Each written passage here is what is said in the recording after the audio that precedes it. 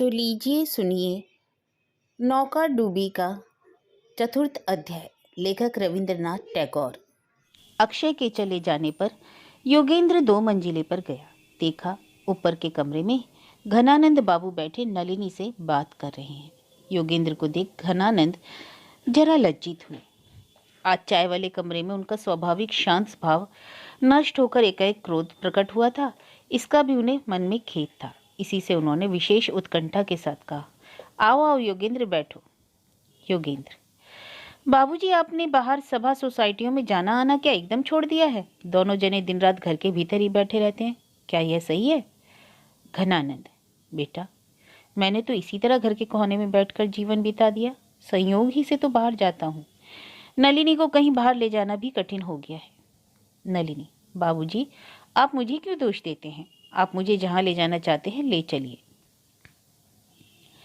नलिनी अपने स्वभाव के प्रतिकूल बर्ताव करके भी साबित करना चाहती है कि मैं किसी शौक के कारण घर में पड़ी रहना नहीं चाहती।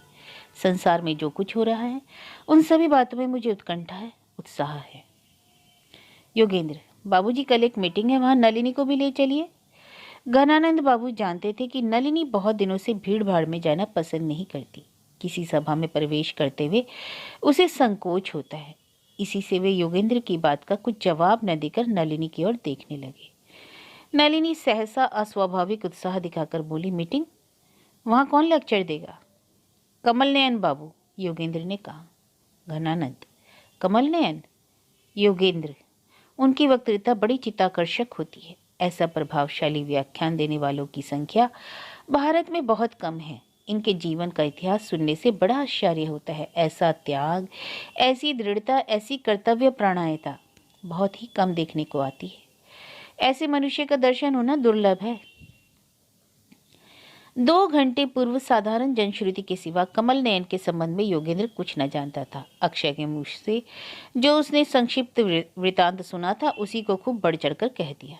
नलिनी ने कुछ आग्रह दिखाकर कहा, तो बाबूजी चलिए ना, मैं भी आपके साथ चलती हूँ। नलिनी के इस उत्साह वाक्य पर घनानंद ने पूरा विश्वास न किया, तो भी वे मनी मन कुछ प्रसन्न हुए। उन्होंने सोचा, अगर नलिनी अनिच्छा पूर्वक भी इस तरह समाज में जाया आया करेगी तो शीघ्र ही उसका मन स्वस्थ हो जाएगा। मनुष्यों से हिलना मिलना ही मनुष्य के मानसिक दुख का महाश्रद है। उन्होंने कहा, अच्छा तो योगेंद्र, कल हम सबको ठीक समय में मीटिंग ले चलना। परंतु कमल नयन बाबू के संबंध में तुम क्या जानते हो? उनके विषय में अनेक लोगों के मुंह से अनेक प्रकार की बातें सुनी हैं। जो लोग कमल नयन के विषय में तरह तरह की गप्पे उड़ाते हैं, पहले उन लोगों को योगेंद्र ने खूब गालियां दी। फिर कहा, जो लोग धर्म के विरोधी हैं, पाखंडी हैं, वे समझते हैं कि भगवान ने उन्हें बात बात में दूसरे के प्रति अविचार और दूसरे की निंदा करने का पट्टा लिख दिया है, मानो एक यही काम करने के लिए वे पैदा हुए हों। इन धर्म व्यवसायियों से बढ़कर संकीर्ण हृदय और दुनिया भर की निंदा करने वाला संसार में कोई और नहीं है। यह कहते कहते योगेंद्र अत्यंत उत्तेजित हो उठा। योगेंद्र को शांत करने के लिए घनानंद बार बार कहने लगे, तुम ठीक कहते हो और तुम्हारा कहना सही है। दूसरे के दोषों की आलोचना करते करते हृदय संकीर्ण हो जाता है, बुद्धि संशयात्मक हो जाती है, हृदय नीरस हो जाता है। बाबूजी, यह बात आप मुझे लक्ष्य करके तो नहीं कहते, योगेंद्र ने कहा, किंतु मेरा स्वभाव पाखंडियों का सा नहीं है। मैं भला भी कहता हूँ और बुरा भी। जो कुछ मुझसे कहना होता है साफ साफ कह देता हूँ। इससे कोई खुश हो चाहे नाराज, मैं परवाह नहीं करता। घनानंद ने बड़ी व्यग्रता के साथ कहा, योगेंद्र, तुम पागल तो नहीं हो गए हो? मैं तुम्हें क्यों बोलूंगा? क्या मैं तुमको पहचानता नहीं?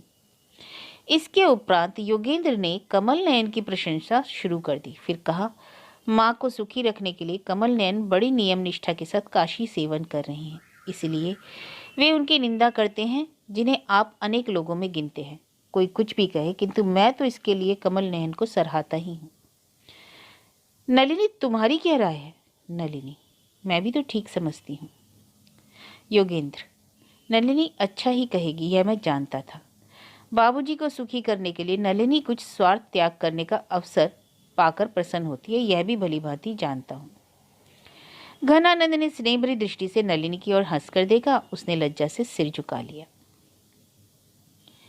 सभा विसर्जन होने के बाद घनानंद बाबू जब नलिनी के साथ घर लौटे तब भी कुछ दिन था। चाय पीने के लिए बैठकर घनानंद बोले, आज निसंदेह मुझे बड़ा हर्ष हुआ। इससे अधिक वे कुछ ना बोल सके। उनके मन में नए भाव का स्रोत बह रहा था। आज चाय पीने के उपरांत नलिनी धीरे धीरे ऊपर चली गई। घनानंद बाबू ने इस पर कुछ लक्ष्य नहीं किया। उनका ध्यान अन्यत्र था।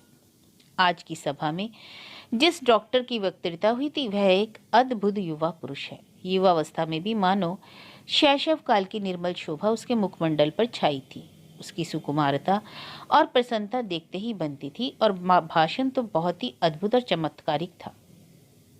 उसके हृदय का भाव भी कैसे पवित्र था, जैसे गंगा की धार। गंभीरता का अभाव न था। उसकी वक्तृता का विषय था त्याग। उसने कहा था, संसार में जो लोग कुछ त्याग नहीं करते वे कुछ नहीं पाते। स्वार्थ त्याग करने का ही नाम पुरुषार्थ है। उसकी सारी बातें आज नलिनी के हृदय रूपी आकाश में बादल की तरह छा गईं। वह छत पर आकाश के नीचे चुपचाप बैठी इन्हीं बातों पर विचार कर रही है। उसका मन आज पूर्ण है। समस्त आकाश और संसार उसके लिए परिपूर्ण है। सभा से लौटते समय योगेंद्र ने कहा, अक्षय, तुमने सचमुच बड़े योग्य वर का पता बताया। यह तो सन्यासी जान पड़ता है। इसकी आधी बातें तो मेरी समझ में ही नहीं आती। अक्षय, रोगी की हालत देखकर ही औषध की व्यवस्था की जाती है। नलिनी रमेश के ध्यान में डूबी रहती है। उस ध्यान को सन्यासी के सिवा हमारे सदृश साधारण मनुष्य नहीं तोड़ सकेंगे। जब वक्तृता हो रही थी तब क्या तुमने नलिनी के चेहरे पर लक्ष्य दिया? योगेंद्र, हाँ, देखा था। उसका मुंह देखने से स्पष्ट विदित हुआ कि उसे बहुत अच्छा मालूम होता था, परंतु वक्तृता अच्छी लगने से यह ना समझ लेना कि वह वक्ता के गले में वरमाला डाल देगी। अक्षय, यही वक्तृता क्या हम लोगों के मुंह से सुनने में अच्छी मालूम होगी? योगेंद्र, क्या तुम नहीं जानते कि तपस्वियों के ऊपर स्त्रियों का विशेष झुकाव होता है? सन्यासी के लिए पार्वती ने तपस्या की थी। कालिदास ने यह बात काव्य में लिखी है। मैं तुमसे सच कहता हूँ, तुम देवलोक से क्यों ना कोई वर लाकर नलिनी के आगे खड़ा कर दो, वह रमेश के साथ मन ही मन उसको तौलेगी। रमेश की तुलना में कोई न ठहरेगा। सब उसकी आंखों में हल्के जचेंगे। कमल नयन साधारण मनुष्य नहीं है। इसके साथ तुलना की बात ही नलिनी के मन में ना आएगी। और किसी युवक को नलिनी के सम्मुख करने से वह तुम्हारे उद्देश्य को तुरंत समझ जाएगी और उसका हृदय विद्रोही हो जाएगा। अगर कमल नयन को किसी कौशल से यहाँ ला सको तो नलिनी के मन में किसी तरह का संदेह ना होगा और बाद में कर्मशः श्रद्धा भी उत्पन्न होने लगे और फिर किसी दिन नलिनी की फूलों की टोकरी में से वरमाला निकाल भी ली जाए। योगेंद्र, किंतु मैं कौशल करना नहीं जानता। कह देना मेरे लिए सहज है, किंतु सच पूछो तो वर मुझे पसंद नहीं। अक्षय, देखो योगेंद्र, तुम अपनी जिद के आगे सब बातों को मटिया मेट मत कर डालना। सब गुण एक जगह नहीं मिलते। जिस तरह हो नलिनी के मन से रमेश की चिंता दूर करने देनी चाहिए। यह नहीं हो सकता कि तुम जबरदस्ती उसके दिल से रमेश को बाहर निकाल सको और मेरे अनुसार चलोगे तो काम कठिन नहीं। योगेंद्र, तुम जो कहो, परंतु कमल नयन को मैं एक प्रकार से मूर्ख ही समझता हूँ। ऐसे आदमी से नाता जोड़ने से डर लगता है। एक विपत्ति से छूटते जाकर दूसरी आफत में ना फंसना होगा। अक्षय, भाई, तुम अपने दोष से आप ही दुख पा रहे हो। डॉक्टर को देखकर तुम्हें डर होता है। रमेश के संबंध में पहले तुम्हारा अंधविश्वास था। तुम्हारी समझ में वैसा लड़का कहीं था ही नहीं। तुम कहा करते थे, छल कपट किसे कहते हैं रमेश नहीं जानता। दर्शन शास्त्र में तो वह दूसरा शंकराचार्य ही है और साहित्य में वह इस 19वीं शताब्दी के भीतर पुरुष रूप में सरस्वती का अवतार ही है। परंतु मैं पहले ही दिन ताड़ गया था। मैंने इसी उम्र में ढेर सारे आदर्श वाले पुरुष देखे हैं, परंतु मुझे बोलने की कोई संधि न थी। तुम लोग मेरे संबंध में जानते थे कि ऐसा अयोग्य अपात्र व्यक्ति केवल महात्माओं से ईर्ष्या करना ही जानता है। इसमें योग्यता कम है। योगेंद्र, हम लोगों के पहले ही तुमने रमेश को पहचान लिया। यह बात हजारों बार कहो तो भी मैं विश्वास न करूंगा। उस समय तुम संभवतः रमेश को फूटी आंखों देखना नहीं चाहते थे। यह तुम्हारी असाधारण बुद्धि का लक्षण मैं नहीं मान सकता। जो हो, युक्ति का प्रयोजन हो तो तुम करो, यह वह काम मुझसे ना होगा। असल बात यह है कि कमल नयन को मैं पसंद नहीं करता। योगेंद्र और अक्षय दोनों जब घनानंद बाबू के चाय पीने के कमरे में पहुंचे तब उन्होंने देखा कि नलिनी घर के दूसरे द्वार से बाहर जा रही है। अक्षय समझ गया कि नलिनी ने खिड़की से झांककर हमें रास्ते में आते देख लिया। वह जरा हंसकर घनानंद के पास आकर बैठ गया। प्याले में चाय भरकर उसने कहा, कमल नयन जो कुछ कहते हैं हृदय से कहते हैं, इसलिए उनकी बात सहज ही सबको हृदय में गड़ जाती है। घनानंद, निस्संदेह उसमें विशेष योग्यता है। अक्षय, योग्यता ही नहीं, ऐसा सच्चरित्र कहीं देखने में नहीं आता। योगेंद्र यद्यपि अक्षय के षड्यंत्र में शामिल था, तथापि उससे ना रहा गया। बोल उठा, उफ, सचरित्रता की बात तो मत कहना। ऐसे महात्माओं की संगति से भगवान हमारी रक्षा करे। योगेंद्र ने कल इसी कमल नयन की भूरी भूरी प्रशंसा की थी, और जो लोग इसके संबंध में खरी खोटी बातें करते थे उन्हें निंदक कहकर गालियां भी दी थी। घनानंद, योगेंद्र क्या कहते हो? राम राम, ऐसी बातें मुंह से ना निकालो। जो बाहर से देखने में अच्छे मालूम होते हैं वे भीतर से भी प्रायः अच्छे ही होते हैं। कमल नयन बाबू ने जो बातें अपनी स्पीच में कही हैं वे किसी और की कही हुई बातें नहीं हैं। उन्होंने अपनी आध्यात्मिक शक्ति के द्वारा जो बातें सोच निकाली हैं मुझे बिल्कुल नई जान पड़ती हैं। अक्षय, मुझे डर है कि उनकी इस प्रकार की बातों से वे अपने पार्थिव शरीर को नष्ट ना कर दें। घनानंद ने घबरा कर कहा, क्यों? उनका शरीर अच्छा नहीं रहता क्या? अक्षय, अच्छा कैसे रहेगा? दिन रात अपने क्रियाक्रम में लगे रहते हैं, कुछ समय बचा तो शास्त्र चिंता में काट देते हैं, शरीर के प्रति तो ध्यान ही नहीं देते। घनानंद, यह तो बड़ा अन्याय है। ऐसे उपयोगी शरीर को नष्ट कर देने का अधिकार हमको नहीं है। यदि कमल नयन बाबू मेरे पास रहते तो थोड़े ही दिनों में मैं उन्हें के अच्छे स्वास्थ्य की व्यवस्था कर देता। योगेंद्र अब चुप ना रह सका। वह उनकी बात काटकर बीच में ही बोल उठा, बाबूजी, आप क्यों वृथा इतनी चिंता कर रहे हैं? कमल नयन बाबू तो खूब हष्ट पुष्ट हैं। उनका दिव्य शरीर देखकर आज मुझे अच्छा ज्ञान हो गया कि साधुता स्वास्थ्य के लिए हितकर है, और मैं भी कुछ दिन साधु बनकर रहना चाहता हूँ। घनानंद, सुनो योगेंद्र, अक्षय का कहना असंगत नहीं जान पड़ता। हमारे देश में बड़े नामी नामी आदमी थोड़ी ही उम्र में मर जाते हैं। वे अपने शरीर की उपेक्षा कर देश को बड़ी हानि पहुंचाते हैं। इसलिए जहां तक हो सके इस बात को रोकना चाहिए। योगेंद्र, तुम कमल नयन को जैसा समझ रहे हो वह वैसा नहीं है। वह सच्चा साधु है, उसमें आध्यात्मिक बल है। उसे अभी से सावधान कर देना चाहिए कि वह स्वास्थ्य की उपेक्षा ना करे। अक्षय, मैं उन्हें आपके पास बुला लाऊंगा। यदि आप उन्हें अच्छी तरह समझा दें तो कदाचित वे समझ जाएं। मेरा अनुमान है आपने जो मुलासब मुझको परीक्षा के समय दिया था अद्भुत बलकारक है। ऐसी ही अच्छी दवा का कमल नयन को भी बाबू को भी आवश्यक है। योगेंद्र हठात उठ खड़ा हुआ और बोला, अक्षय, तुम मुझे बैठना न दोगे? लो, मैं यह चला। घनानंद बाबू का शरीर जब पहले अच्छा था तब वे तरह तरह की डॉक्टरी और आयुर्वेदिक दवाओं का बराबर व्यवहार करते थे। अब उन्हें औषध सेवन का उतना उत्साह नहीं था। वे अब अपनी अस्वस्थता का कभी भी किसी के आगे जिक्र नहीं करते, बल्कि छिपाने की चेष्टा करते थे। आज वे जब बेवक्त आराम कुर्सी पर लेटे ऊँघ रहे थे तब जीने पर किसी के आने की आहट सुनाई पड़ी। सुनकर नलिनी सिलाई के सामान को गोद में रखकर देखने गई और योगेंद्र को सावधान करने दरवाजे तक गई तो देखा योगेंद्र के साथ कमल नयन बाबू आ रहे हैं। उसे सामने से भागकर दूसरे कमरे में जाते देख योगेंद्र ने पुकार कर कहा, नलिनी, डॉक्टर बाबू आए हैं, आओ इनसे परिचय करा दे। नलिनी ठहर गई। कमल नयन ने अब उसके मुंह की ओर देखे बिना नीची दृष्टि के ही नमस्कार किया। घनानंद बाबू जाग उठे और नलिनी को पुकारा।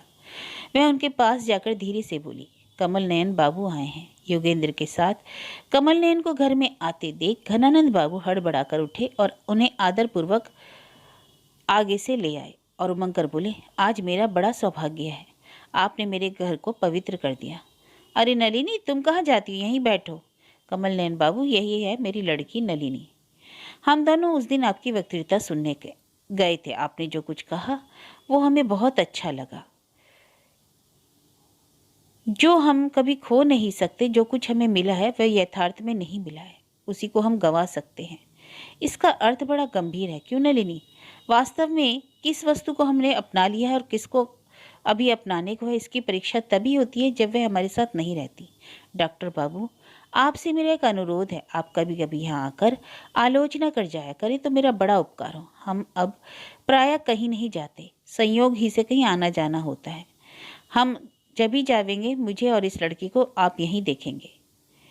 कमल नयन लज्जा से सिकड़ी हुई नलिनी के मुंह की ओर देखकर एक बार बोले, मैंने जो अपनी वक्तृता में बड़ी बड़ी बातें कही हैं उससे आप मुझे गंभीर प्रकृति का मनुष्य ना समझ लें। उस दिन स्कूल के विद्यार्थियों ने नहीं माना, वे मुझे धर पकड़ कर ले गए। इसी से मीटिंग में कुछ कह दिया। मैं इस तरह की नवाबी करना नहीं चाहता कि किसी का अनादर कर उसे नष्ट कर डालूं। जो शख्स बना नहीं सकता बिगाड़ने का अधिकार नहीं। घनानंद, बहुत ठीक कहा आपने। आपने इसी तरह की तो कुछ बातें उस दिन भी कही थी। योगेंद्र, आप बैठिए, मैं जाता हूँ, एक काम है। कमल नयन, योगेंद्र बाबू मुझे क्षमा कीजिए, आप सत्य समझिए, किसी की प्रतिष्ठा भंग करने का मेरा स्वभाव नहीं। अच्छा, मैं भी चलता हूँ, कुछ दूर आपके साथ ही साथ जाऊंगा। योगेंद्र, नहीं नहीं, आप बैठिए, मेरे व्यवहार पर आप कुछ ध्यान ना दीजिए। मैं कहीं भी कुछ देर तक चुपचाप नहीं बैठा रह सकता, मेरा ऐसा ही स्वभाव है। घनानंद, ठीक कहता है कमल नयन बाबू, आप योगेंद्र के लिए शंका न कीजिए, उसका स्वभाव बड़ा विचित्र है। उसका आना जाना उसकी इच्छा पर ही निर्भर है, उसे बैठा कर रखना बड़ा कठिन है। योगेंद्र के चले जाने पर घनानंद ने पूछा, कहिए आप अभी कहाँ ठहरे हैं? कमल नयन ने हंसकर कहा, मैं कहाँ का नाम बताऊं, मेरा कहीं स्थिर होकर ठहरता तो बताता। मेरी जान पहचान बहुत लोगों से है, वे जिधर चाहते हैं मुझे खींच ले जाते हैं। मुझे यह बुरा भी नहीं लगता, किंतु मनुष्य को शांत भाव से रहने की बड़ी आवश्यकता है। इसी से योगेंद्र बाबू ने मेरे लिए अपने मकान के पास ही एक घर का प्रबंध कर दिया, अच्छा एकांत स्थान है। इस संवाद से घनानंद ने बड़ी खुशी जाहिर की, किंतु यदि वे नलिनी की ओर लक्ष्य करके देखते तो समझते कि नलिनी का चेहरा कुछ देर के लिए वेदना से विवर्ण हो गया। इसी पास वाले कमरे में तो रमेश रहता था। इतने में चाय तैयार होते ही खबर पाकर चाय पीने के लिए सब नीचे आए। घनानंद ने नलिनी से कहा, बेटी कमल नयन बाबू को भी एक प्याला चाय दो। कमल नयन, नहीं क्षमा कीजिए, मैं चाय नहीं पीता। घनानंद, एक प्याला पीने में क्या हर्ज है? अगर चाय पीने की आदत ना हो तो कुछ मेवा और मिठाई खाकर जल ही पी लीजिए। नहीं साहब, मुझे क्षमा कीजिए। अरे, आप तो डॉक्टर हैं, आपसे मैं अधिक क्या कहूँ। मध्याह्न भोजन के 3-4 घंटे बाद चाय के बहाने थोड़ा सा गर्म जल पीना हाजमे के लिए विशेष उपकारी है। अभ्यास ना हो तो आपके लिए थोड़ी सी पतली चाय तैयार करा दी जाए। कमल नयन ने तुरंत ही नलिनी का चेहरा देखकर समझ लिया कि उसने चाय पीने में मेरा संकोच देख कुछ अंदाजा कर लिया है और उसी विषय में मनी मन सोच विचार कर रही है। तब उसी दम कमल नयन बाबू ने नलिनी की ओर देखकर कहा, आप जो मन में सोच रही हैं वह ठीक नहीं। आप यह न समझें कि मैं आपकी इस टेबल से नफरत करता हूँ। मैं पहले खूब चाय पीता था, चाय की गंध से मेरा चित्त उत्सुक होता है। आप लोगों को चाय पीते देखकर विशेष आनंदित भी हो रहा हूँ, परंतु यह बात शायद आप ना जानती होंगी कि मेरी माँ अत्यंत आचार विचार करती है। मुझे छोड़ उनका सच्चा आत्मीय कोई नहीं। आचार विरुद्ध कोई काम करके मैं उनके पास कैसे जा सकूंगा, इसलिए मैंने चाय पीना छोड़ दिया। किंतु आप लोग जो चाय पीकर सुख पा रहे हैं उसका अंश मैं भी ले रहा हूँ। आपके आतिथ्य से मैं अत्यंत ही खुश हूँ। इसके पूर्व कमल नयन की बातचीत से नलिनी मन ही मन चिढ़ रही थी। वह समझती थी कि कमल नयन अपना ठीक ठीक परिचय उनके निकट नहीं प्रकट करता, वह केवल बातें बनाकर छिपाने की चेष्टा कर रहा है। नलिनी को मालूम न था कि प्रथम परिचय में कमल नयन संकोच करना बिल्कुल नहीं छोड़ सकता। इसी से नए आदमियों के यहाँ वह अपने स्वभाव के विरुद्ध जबरदस्ती गंभीर बनकर बैठा रहता है। इससे उसके अपने मन की स्वाभाविक बात कहने में भी बेसुरा जज जाता है। यह उसे स्वयं खटकता है। इसी से आज जब योगेंद्र उकताकर खिसकने लगा तब उसी के साथ कमल नयन एक धिक्कार का अनुभव करके खिसकना चाहता था। किंतु कमल नयन ने जब अपनी माता की बात कही तब नलिनी से श्रद्धापूर्वक उसके मुंह की ओर देखे बिना ना रहा गया। माता का नाम लेते ही कमल नयन के मुंह पर जो एक निश्चल भक्ति का भाव उदित हुआ, उसे देखकर नलिनी का हृदय द्रवित हुआ। उसकी इच्छा हुई कि कमल नयन की माता के संबंध में वह उससे कुछ और पूछे, किंतु लज्जा के मारे कुछ पूछ ना सकी। घनानंद बाबू झट बोल उठे, आह, अगर यह बात मैं पहले से जानता तो आपसे चाय का अनुरोध ना करता, माफ कीजिएगा। कमल नयन ने जरा हंसकर कहा, मैं चाय ना पी सका इसलिए आपके स्नेह के अनुरोध से भला वंचित क्यों रहूं। कमल नयन के चले जाने पर नलिनी अपने पिता के साथ ऊपर गई। वहां दोनों जने कमरे में बैठे। नलिनी मासिक पत्रिका से अच्छे लेख चुनकर पिता को पढ़कर सुनाने लगी। सुनते सुनते घनानंद बाबू को नींद आ गई। कुछ दिन से उनके शरीर में सुस्ती भी आ गई थी। इन दिनों में कमल नयन के साथ घनानंद बाबू का परिचय घनिष्ठ हो गया। नलिनी ने पहले समझा था कि कमल नयन के सदृश लोगों से केवल आत्मज्ञान संबंधी विषय का ही उपदेश मिल सकता है। यह बात सोच भी नहीं सकी कि ऐसे ज्ञानी मनुष्य के साथ सामान्य विषय में साधारण मनुष्य की भांति बातें भी की जा सकती हैं। कमल नयन हास्य विनोद की बातों से कुछ दूर दूर रहते। एक दिन घनानंद और नलिनी के साथ कमल नयन बाबू बातें कर रहे थे। ऐसे समय योगेंद्र आकर कुछ उत्तेजित भाव से बोला, बाबूजी, आपको मालूम नहीं आजकल समाज के कितने ही लोग हम लोगों को कमल नयन बाबू का शिष्य कहने लगे हैं। आज तो प्रदीप के साथ मेरा खूब झगड़ा हो गया। घनानंद ने मुस्कुराकर कहा, इसमें लज्जा की बात तो मैं कुछ नहीं देखता। जहाँ सभी गुरु हैं, चेला कोई भी नहीं। उस दल में सम्मिलित होते मुझे अवश्य संकोच होता। वहां उपदेश देने की गड़बड़ में उपदेश पाने की आशा नहीं रहती। कमल नयन, मैं भी आप ही के दल में हूँ। हम लोगों का दल चेलों का है। जहां हम लोगों को कुछ सीखने की संभावना रहती है, वहीं हम गठरी लेकर दौड़ पड़ जाते हैं। योगेंद्र ने अधीर होकर कहा, नहीं नहीं, बात अच्छी नहीं कमल नयन बाबू। कोई आपका मित्र या आत्मीय ना हो सकेगा। जो आपके पास जाएगा वही आपका चेला कहा जाने लगेगा। बदनामी हंसी में उड़ा देने वाली बात नहीं है। ना जाने आप क्या क्या किया करते हैं, यह सब छोड़ दीजिए। किंतु मैंने क्या किया? कमल नयन बाबू ने कहा।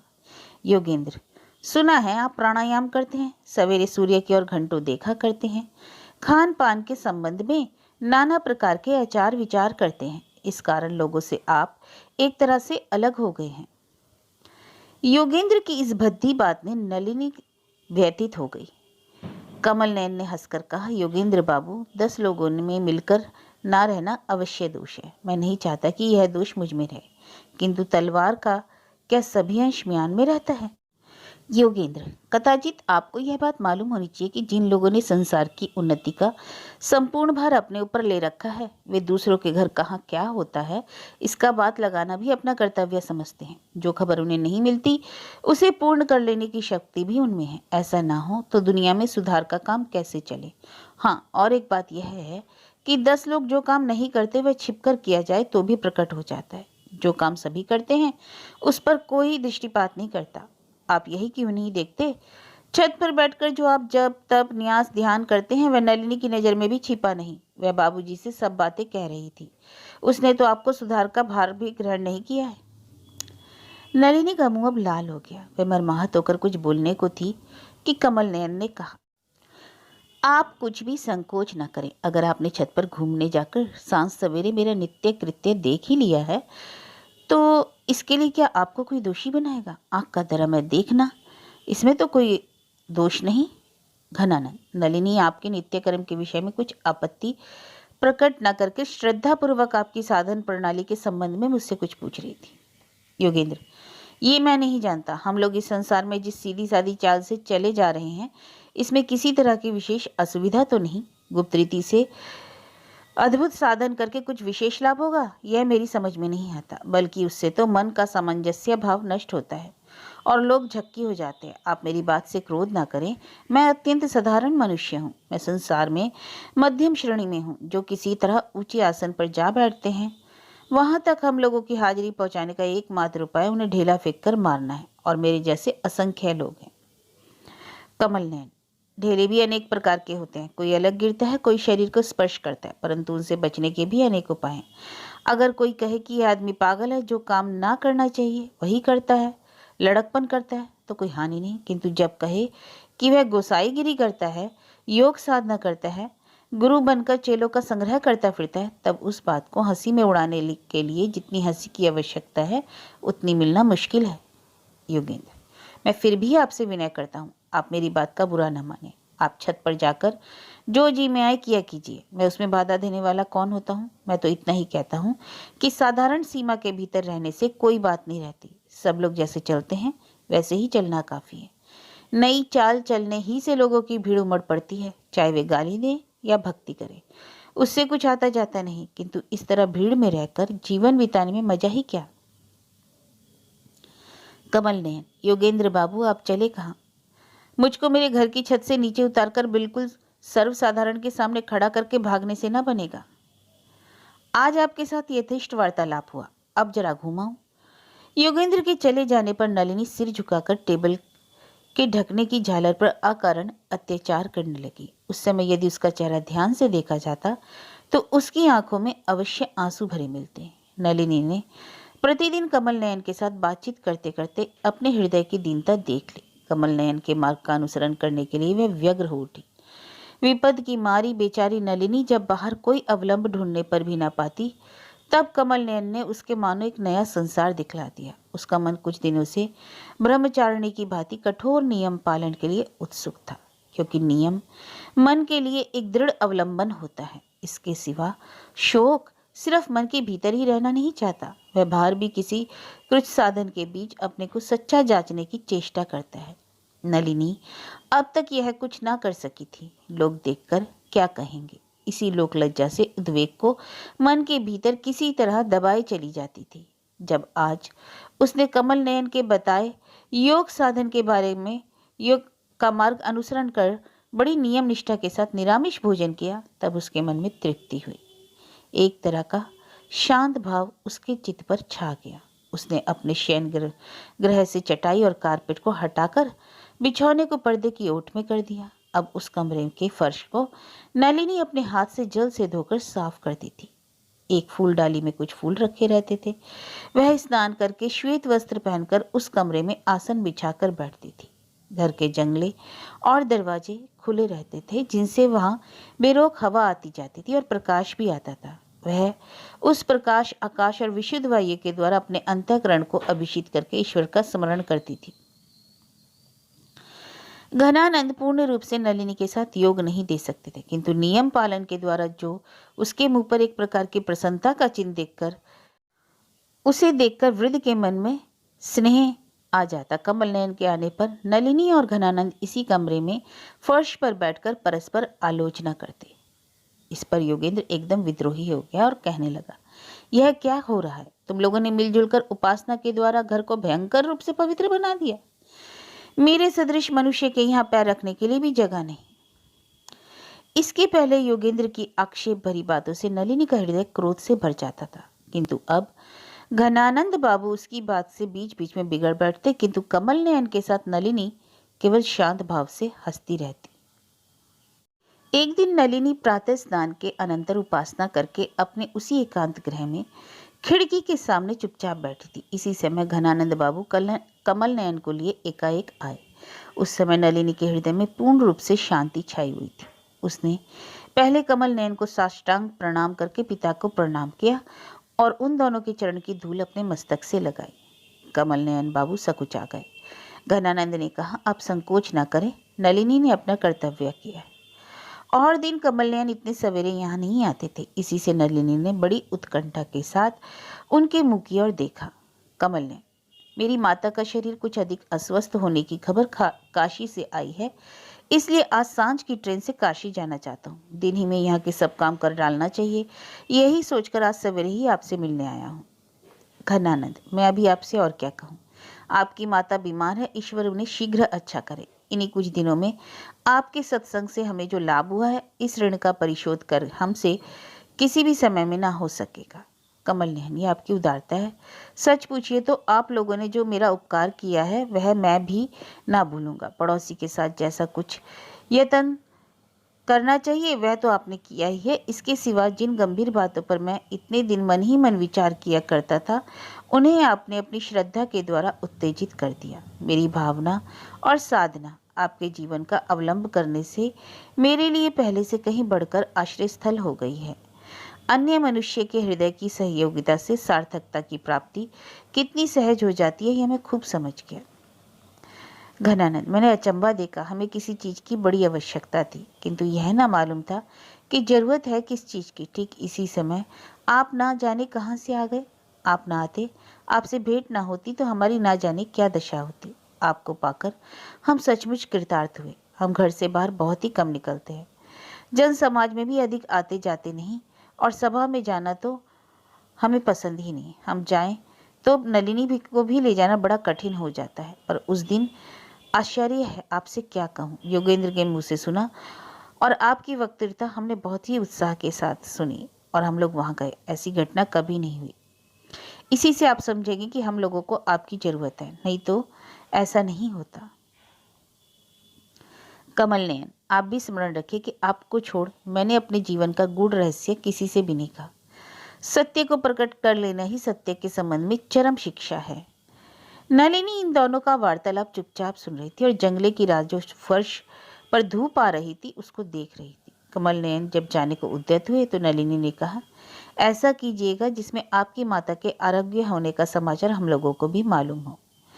और ज्यों ही कमल नयन उठकर खड़ा हुआ, त्यों ही नलिनी ने उसे दोबारा माथा टेककर प्रणाम किया। इधर कई दिनों से अक्षय गायब था। कमल नयन के काशी चले जाने पर आज वह योगेंद्र के साथ घनानंद बाबू की चाय की टेबल के पास दिखाई पड़ा। उसने रमेश पर नलिनी के अनुराग की मात्रा को नापने का एक अच्छा उपाय निकाल लिया था। जिस परिणाम में अक्षय ने से नलिनी चिढ़ती थी, उसी परिणाम में वह उसे नरेश पर अनुरक्त समझ लेता। आज उसने देखा नलिनी के मुखमंडल पर शांति छाई है। अक्षय को देखने से उसके चेहरे का भाव कुछ भी नहीं बदला, वह ज्यों का त्यों बना रहा। नलिनी ने स्वाभाविक प्रसन्नता दर्शाकर अक्षय से पूछा, आज आपको बहुत दिन में देखा, तो क्या मैं प्रतिदिन देखे जाने योग्य हूँ? अक्षय ने कहा। नलिनी ने हंसकर कहा, यह योग्यता ना रहने से यदि मिलना जुलना ठीक ना समझा जाए तो हम में से बहुतों को एकांत में ही रहना पड़े। योगेंद्र, अक्षय ने सोचा था कि हम अकेले विनय करके आप ही संपूर्ण यश लूट लेंगे, परंतु नलिनी ने सारी मनुष्य जाति की ओर से विनय करके अक्षय को अखंड यश का भागी न होने दिया। किंतु इस संबंध में मुझे कुछ कहना है। हमारे जैसे साधारण मनुष्य ही प्रतिदिन देखे सुने जाते हैं, और जो असाधारण व्यक्ति हैं उनको तो संयोग से ही दर्शन उनका लाभ होता है। इसी से वे जंगल, पहाड़ और गुफाओं में घूमते फिरते हैं। यदि वे बस्ती में रहने लग जाएं, तो फिर अक्षय और योगेंद्र जैसे बिल्कुल साधारण लोगों को जंगलों में भाग जाना पड़ेगा। योगेंद्र की यह व्यंग भरी बात नलिनी के हृदय में जा खटकी। उसने इस बात का कुछ जवाब न देकर 3 प्यालों में चाय भरकर सबके आगे रख दी। मालूम होता है तुम चाय न पियोगी? योगेंद्र ने पूछा। नलिनी ने शांति भाव से जवाब दिया, नहीं, मैंने चाय पीना छोड़ दिया। योगेंद्र, जान पड़ता है इस दफे विधि पूर्वक तपस्या आरंभ हो गई है। चाय की पत्ती में शायद विशेष आध्यात्मिक गुण नहीं है, जो कुछ हरितकी में है। क्या आफत है? मेरी बात मानो तो यह सब आडंबर छोड़ो। प्याले भरे चाय पीने से तुम्हारा तप नष्ट नहीं हो जाएगा। यह कहकर योगेंद्र ने झट उठकर अपने हाथ से एक प्याले में चाय भरकर नलिनी के आगे रख दी। उसने चाय के प्याले में हाथ भी न लगाकर घनानंद बाबू से कहा, आज आप केवल चाय पीकर रह गए और कुछ न खाइएगा।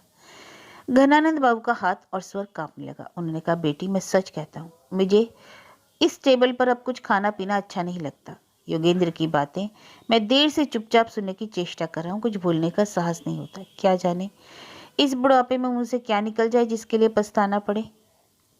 नलिनी ने पिता की कुर्सी के पास खड़ी होकर कहा, बाबूजी, आप क्रोध न कीजिए। भैया मुझे चाय पिलाना चाहते हैं, इसमें हर्ज क्या है? मैं तो इसके लिए जरा भी दुखी नहीं। नहीं बाबूजी, आप कुछ खाइए। खाली पेट चाय पीने से आपका स्वास्थ्य बिगड़ जाता है, यह मैं जानती हूँ।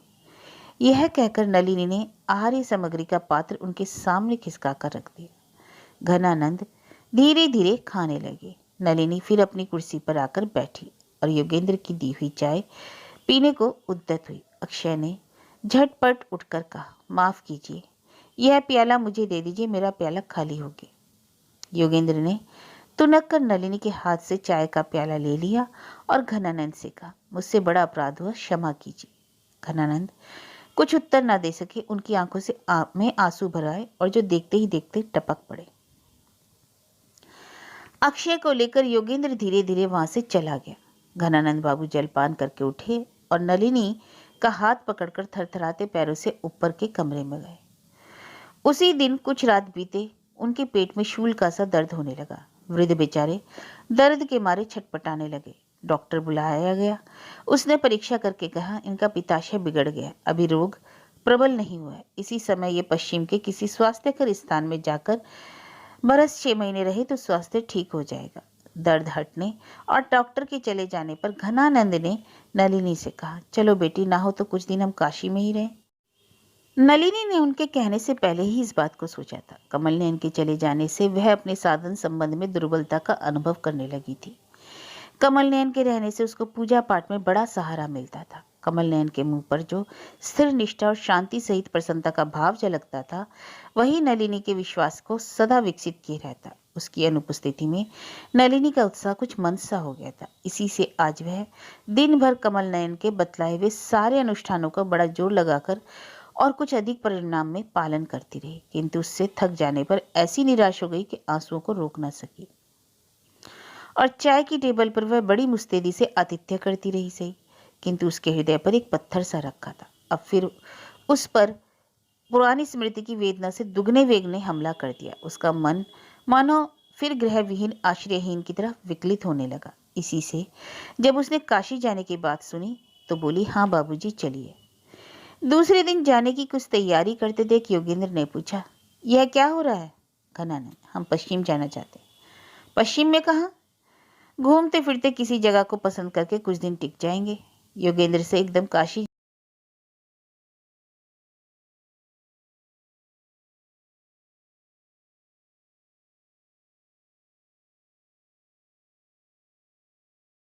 रमेश दूसरे दिन सवेरे ही इलाहाबाद से गाजीपुर लौट आया। तब सड़क पर अधिक लोग न थे। कोहरा छाया रहने के कारण मार्ग का अगला हिस्सा दिखाई ही ना देता था। रमेश मोटे कपड़े का ओवरकोट पहने गाड़ी में बैठा अपने घर की ओर चला। आज ना मालूम उसकी छाती क्यों धड़कने लगी। सदर फाटक पर जाकर रमेश गाड़ी से उतर पड़ा। सोचा गाड़ी का शब्द सुनकर कमला जरूर ही बरामदे में आकर खड़ी हो गई होगी। रमेश अपने हाथ से कमला के गले में एक बहुमूल्य चंद्रहार पहनाने के लिए इलाहाबाद से मोल लाया है। उसने उसको कोट के पॉकेट से निकालकर हाथ में ले लिया। द्वार के सामने आकर रमेश ने देखा कि मोहन बरामदे में बेखबर सोया हुआ है और घर के दरवाजे बंद हैं। रमेश छिटक कर खड़ा हो रहा। उसने उच्च स्वर में पुकारा, मोहन। सोचा इस पुकार से घर के भीतर रहने वाले की भी नींद टूटेगी, किंतु इस तरह नींद तोड़ना रमेश के मन में बड़ा ही दुखद हुआ, क्योंकि वह तो आधी रात से ही जाग रहा है। 2-3 बार पुकारने पर भी मोहन की नींद ना टूटी। आखिर उसे हाथ से धक्का देकर उठाना पड़ा। मोहन आंख मलता हुआ उठा और कुछ देर भौचक सा रहा। रमेश ने पूछा, बहू जी घर में है? मोहन ने पहले तो रमेश की बात का अर्थ समझा ही नहीं और उसके अनंतर चौंक कर कहा, हाँ वे तो घर पर ही हैं। यह कहकर वह फिर लेट गया और सोने की तैयारी करने लगा। रमेश ने बाहर से किवाड़ों में धक्का दिया। धक्का देते ही किवाड़ खुल गए। भीतर जाकर उसने प्रत्येक कमरे में घूम घूम कर देखा, कोई कहीं नहीं था। तो भी एक बार जोर से पुकारा, कमला। कहीं से कुछ उत्तर ना मिला। बाहर के बागीचे में अशोक के पेड़ तक जाकर घूम आया। रसोई घर में, नौकरों के रहने के घर में और अस्तबल में भी खोज आया। कहीं कमला ना मिली। पर कुछ कुछ धूप निकल आई। कौवे कांव कांव कर चारों ओर घूमने लगे। हाथे के भीतर वाले कुएं से पानी भरने के लिए सिर पर घड़ा लिए मोहल्ले की 2-4 स्त्रियां आती हुई दिखाई दी। सड़क के दूसरे किनारे पर छोटे से घर के भीतर किसी अधेड़ स्त्री ने विचित्र स्वर में गीत गाकर चक्की पीसना आरंभ किया। रमेश ने फिर कोठी के भीतर आकर देखा, मोहन गाढ़ी निद्रा में निमग्न है। तब वह झुककर दोनों हाथों से मोहन को खूब जोर से झंझोरने लगा। देखा उसके मुंह से ताड़ी की बास आ रही है। अधिक जोर से हिलाए जाने पर मोहन का होश ठिकाने आया। वह हड़बड़ाकर उठ खड़ा हुआ। रमेश ने फिर पूछा, मोहन, बहू जी कहाँ है? बहू जी? वो तो भीतर है। भीतर नहीं है, कल तो यहीं आ गई थी। तो फिर यहाँ आने के बाद कहाँ गई? मोहन मुंह फैलाकर रमेश की ओर देखने लगा। इसी समय उमेश आ पहुंचा। वह खूब चौड़ी किनारे की लंबी धोती पहने और चादर ओढ़े था। उसकी आंखें लाल लाल थी। रमेश ने पूछा, उमेश, तुम्हारी माँ जी कहाँ गई? माँ जी? माँ जी तो कल से यही है, उमेश ने भी कहा। रमेश, तुम कहाँ थे? माँ जी ने कल सांझ को मुझे श्रीपति बाबू के घर तमाशा देखने को भेजा था। गाड़ी वाले ने आकर कहा, बाबू साहब भाड़ा। रमेश झटपट उसी गाड़ी में सवार होकर चक्रवर्ती के घर गया। वहां जाकर देखा उस घर के सभी लोग चंचल हैं। रमेश ने समझा शायद कमला बीमार हो गई है, परंतु यह बात न थी। कल सांझ होने के कुछ देर से ही उमा एकाएक चिल्लाकर रोने लगी। उसका चेहरा स्याह हो गया था और हाथ पैर ठंडे हो गए।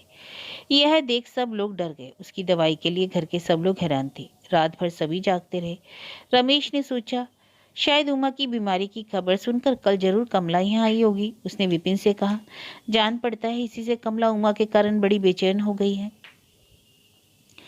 विपिन को ठीक ठीक मालूम ना था कि कमला कल रात में यहाँ आई भी है या नहीं। इसी से उसने रमेश की बात में मिलाकर कहा, हाँ वे उमा को बहुत प्यार करती हैं, इसी से उनको बड़ी चिंता है, किंतु डॉक्टर ने कहा है चिंता करने की कोई बात नहीं है, लड़की जल्द अच्छी हो जाएगी।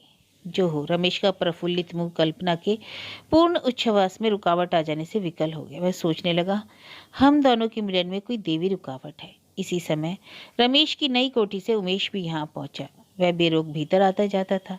इस लड़के पर अन्नपूर्णा का भी स्नेह था। अन्नपूर्णा उसे अपने कमरे की ओर आते देख उमा की नींद टूट न जाए इस भय से झट बाहर आ गई। उसे आशंका थी कि इसकी बातचीत से कहीं लड़की जाग ना पड़े। उमेश ने पूछा, माँ जी कहाँ हैं? अन्नपूर्णा चकित होकर बोली, क्यों? कल तुम ही तो उन्हें यहाँ से घर ले गए थे। संध्या होने के उपरांत शिवरानिया को उनके पास भेजना था, किंतु बच्ची को एकाएक ना जाने क्या हो गया, इसी से उसको भेज ना सकी। उमेश का मुंह सूख गया। उसने कहा, उस मकान में भी तो वे नहीं है। अन्नपूर्णा ने व्यग्र होकर कहा, कहते क्या हो? कल रात को तुम कहाँ थे? उमेश, माँ ने तो मुझे रात को वहां रहने नहीं दिया। उस मकान में जाते ही उन्होंने मुझे श्रीपति बाबू के यहाँ तमाशा देखने को भेज दिया। अन्नपूर्णा, तुम्हारी अकल तो देख ली। मोहन कहाँ था? उमेश, मोहन तो कुछ कहता ही नहीं, कल वह खूब ताड़ी पीकर बेहोश हो गया। अन्नपूर्णा, जाओ बाबू को जल्द बुला लाओ। विपिन के आते ही अन्नपूर्णा ने कहा, यह क्या हो गया? विपिन का मुंह सूख गया। उसने घबराहट के साथ पूछा, क्या हुआ? कमला कल अपनी कोठी में गई थी ना, आज वहां खोजने से भी नहीं मिलती। तो कल रात को वो यहाँ नहीं आई? विपिन ने पूछा। नहीं, बच्ची को बीमार देखकर उन्हें बुलाना चाहा था, पर भेजती किसे? रमेश बाबू आ गए क्या? विपिन, उन्हें उस मकान में ना पाकर रमेश बाबू यही समझे कि कमला यही है, वे तो यहीं आए हैं। अन्नपूर्णा, चाहिए शीघ्र रमेश बाबू को साथ लेकर कमला की खोज कीजिए। उमिया अभी सोई है, वह अच्छी है। विपिन और रमेश फिर उसी गाड़ी में बैठकर नई कोठी में लौट गए, जहां जाकर कमला के विषय में मोहन से जिरह पर जिरह करने लगे। बहुत शंका समाधान के अनंतर जो खबर मिली वह यही कि कल कुछ दिन रहते कमला अकेली गंगा की ओर गई थी। मोहन ने उसके साथ जाना चाहा था, पर कमला ने बतौर इनाम के 1 रुपया उसके हाथ में देकर उसे लौटा दिया। वह पहरा देने के लिए सदर फाटक पर आ बैठा। उसी समय तुरंत का उतारा ताड़ी का घड़ा लिए एक पासी उसके सामने से जा रहा था। इसके बाद संसार में कहाँ क्या हुआ मोहन को कुछ ना पता था। जिस रास्ते कमला को गंगा तट की ओर जाते देखा था वह मोहन ने दिखा दिया। रमेश, विपिन, उमेश तीनों ओस में गीले खेतों के बीच वाले उसी रास्ते से कमला की खोज में चले। उमेश मात्रहीन मृग शावक की भांति व्याकुल होकर चकित दृष्टि से चारों ओर देखने लगा। गंगा के किनारे पहुंचकर तीनों खड़े हुए। वहां चारों ओर मैदान था। सफेद बालू प्रभात काली की धूप में चांदी की तरह चमक रही थी। कहीं कोई दिखाई ना पड़ा। उमेश खूब जोर से चिल्ला चिल्लाकर पुकारने लगा, माँ, माँ कहाँ हो? दर्शन दो, दर्शन दो। प्रतिध्वनि मात्र दूर से लौटकर उसके कानों में आ पड़ी। कहीं से कुछ उत्तर ना मिला। खोजते खोजते उमेश की दृष्टि हठात कुछ दूर पर एक उजली सी चीज पर पड़ी। उसने दौड़कर नजदीक जाकर देखा, पानी के निकट एक सफेद रुमाल में बंधा हुआ कुंजियों का गुच्छा है। अरे, वह क्या है? कहते कहते रमेश भी आया और देखते ही पहचान लिया, वह कमला की कुंजियों का गुच्छा था। जिस जगह वह कुंजियों का गुच्छा पड़ा था उससे कुछ ही हटकर गीली मिट्टी के ऊपर गंगा के जल पर्यंत 2 छोटे छोटे पैरों का गहरा चिन्ह भी दिखाई पड़ा। उथले पानी के भीतर कोई वस्तु झलक रही थी। उस पर उमेश की दृष्टि जा पड़ी। उसने पानी में से निकाल कर देखा, सोने की चेन थी। कमला को रमेश ने यह उपहार में दी थी। इस प्रकार जब गंगा की धार में कमला के प्रवेश करने के अनेक चिन्ह मिले तब उमेश से ना रहा गया। वह माँ माँ कहकर गंगाधर जी की धार में धंस पड़ा। वहां जल अधिक ना था। उमेश पागल की तरह बार बार पानी में डुबकी मारकर तल प्रदेश में हाथ से चारों ओर कमला को ढूंढने लगा। उसने पानी को गंदला कर डाला। रमेश हतबुद्धि की तरह किनारे खड़ा था। विपिन ने उमेश से कहा, तुम यहाँ क्या करते हो? निकल आओ। उमेश मुंह से पानी फेंकते फेंकते बोला, नहीं दादा, मैं पानी से बाहर न निकलूंगा, हरगिज नहीं। और माँ, तुम कहाँ गई? मुझे भी अपने साथ क्यों न लेती गई? विपिन डर गया, परंतु उमेश तो मछली की तरह पानी में तैरना जानता था। उसके लिए पानी में डूबकर आत्महत्या करना कठिन था। जब वह डुबकी लगाते लगाते थक गया तब अछता पछता कर पानी से निकल आया और किनारे की बालू पर लौटने और रोने लगा। विपिन ने मूर्ति की तरह खड़े रमेश को छूकर कहा, रमेश बाबू चलिए, यहाँ खड़े रहने से क्या होगा? एक बार पुलिस को इत्तला करनी चाहिए, वे लोग भी खोजें, शायद शायद कहीं कुछ पता लग जाए। अन्नपूर्णा के घर उस दिन चूल्हा ना जला। दिन भर सब लोग कमला के वियोग से कातर हो शोक सागर में डूबे रहे। मल्लाहों ने नाव लेकर गंगा की धार में दूर तक जाल डालकर ढूंढा। पुलिस के कर्मचारी चारों ओर कमला का अनुसंधान करने लगे। स्टेशन में जाकर विशेष रूप से खोज की गई।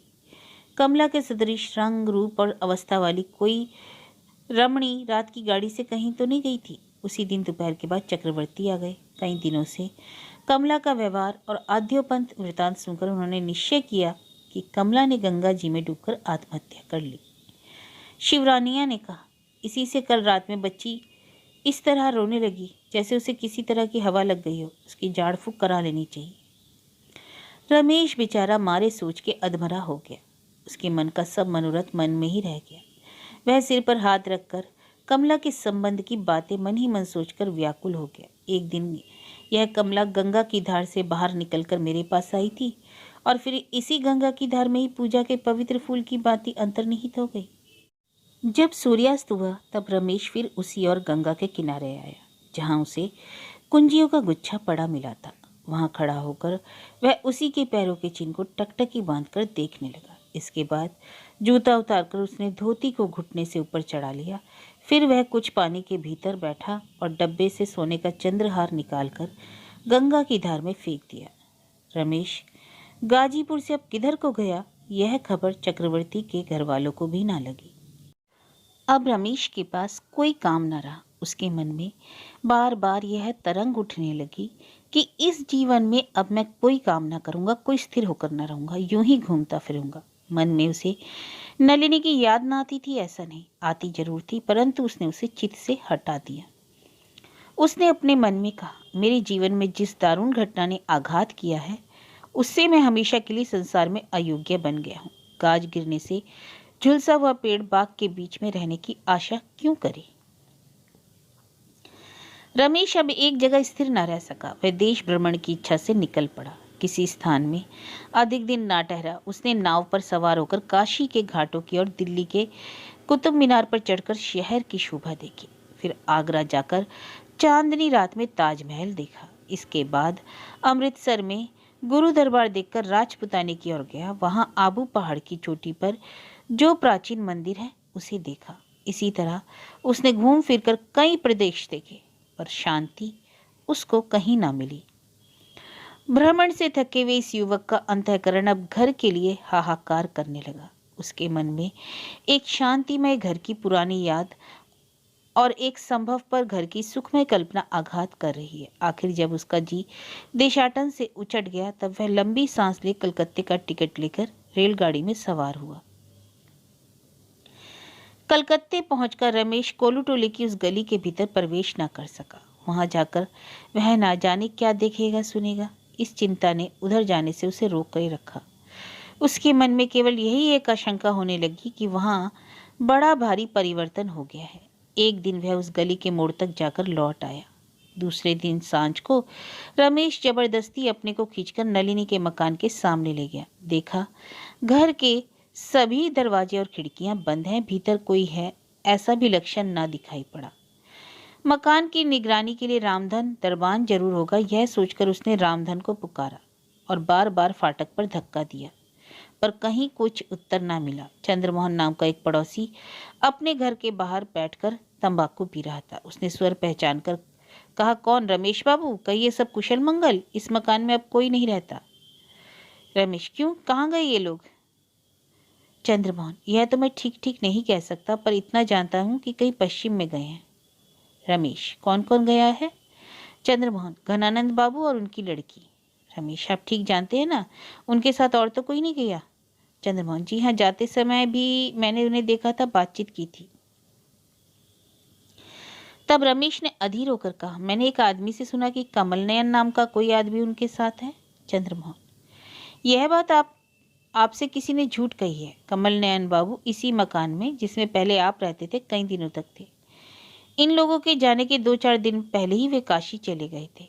चंद्रमोहन से पूछने पर रमेश को कमल नयन बाबू के संबंध में सिर्फ यही मालूम हुआ, उनका नाम कमल नयन उपाध्याय है।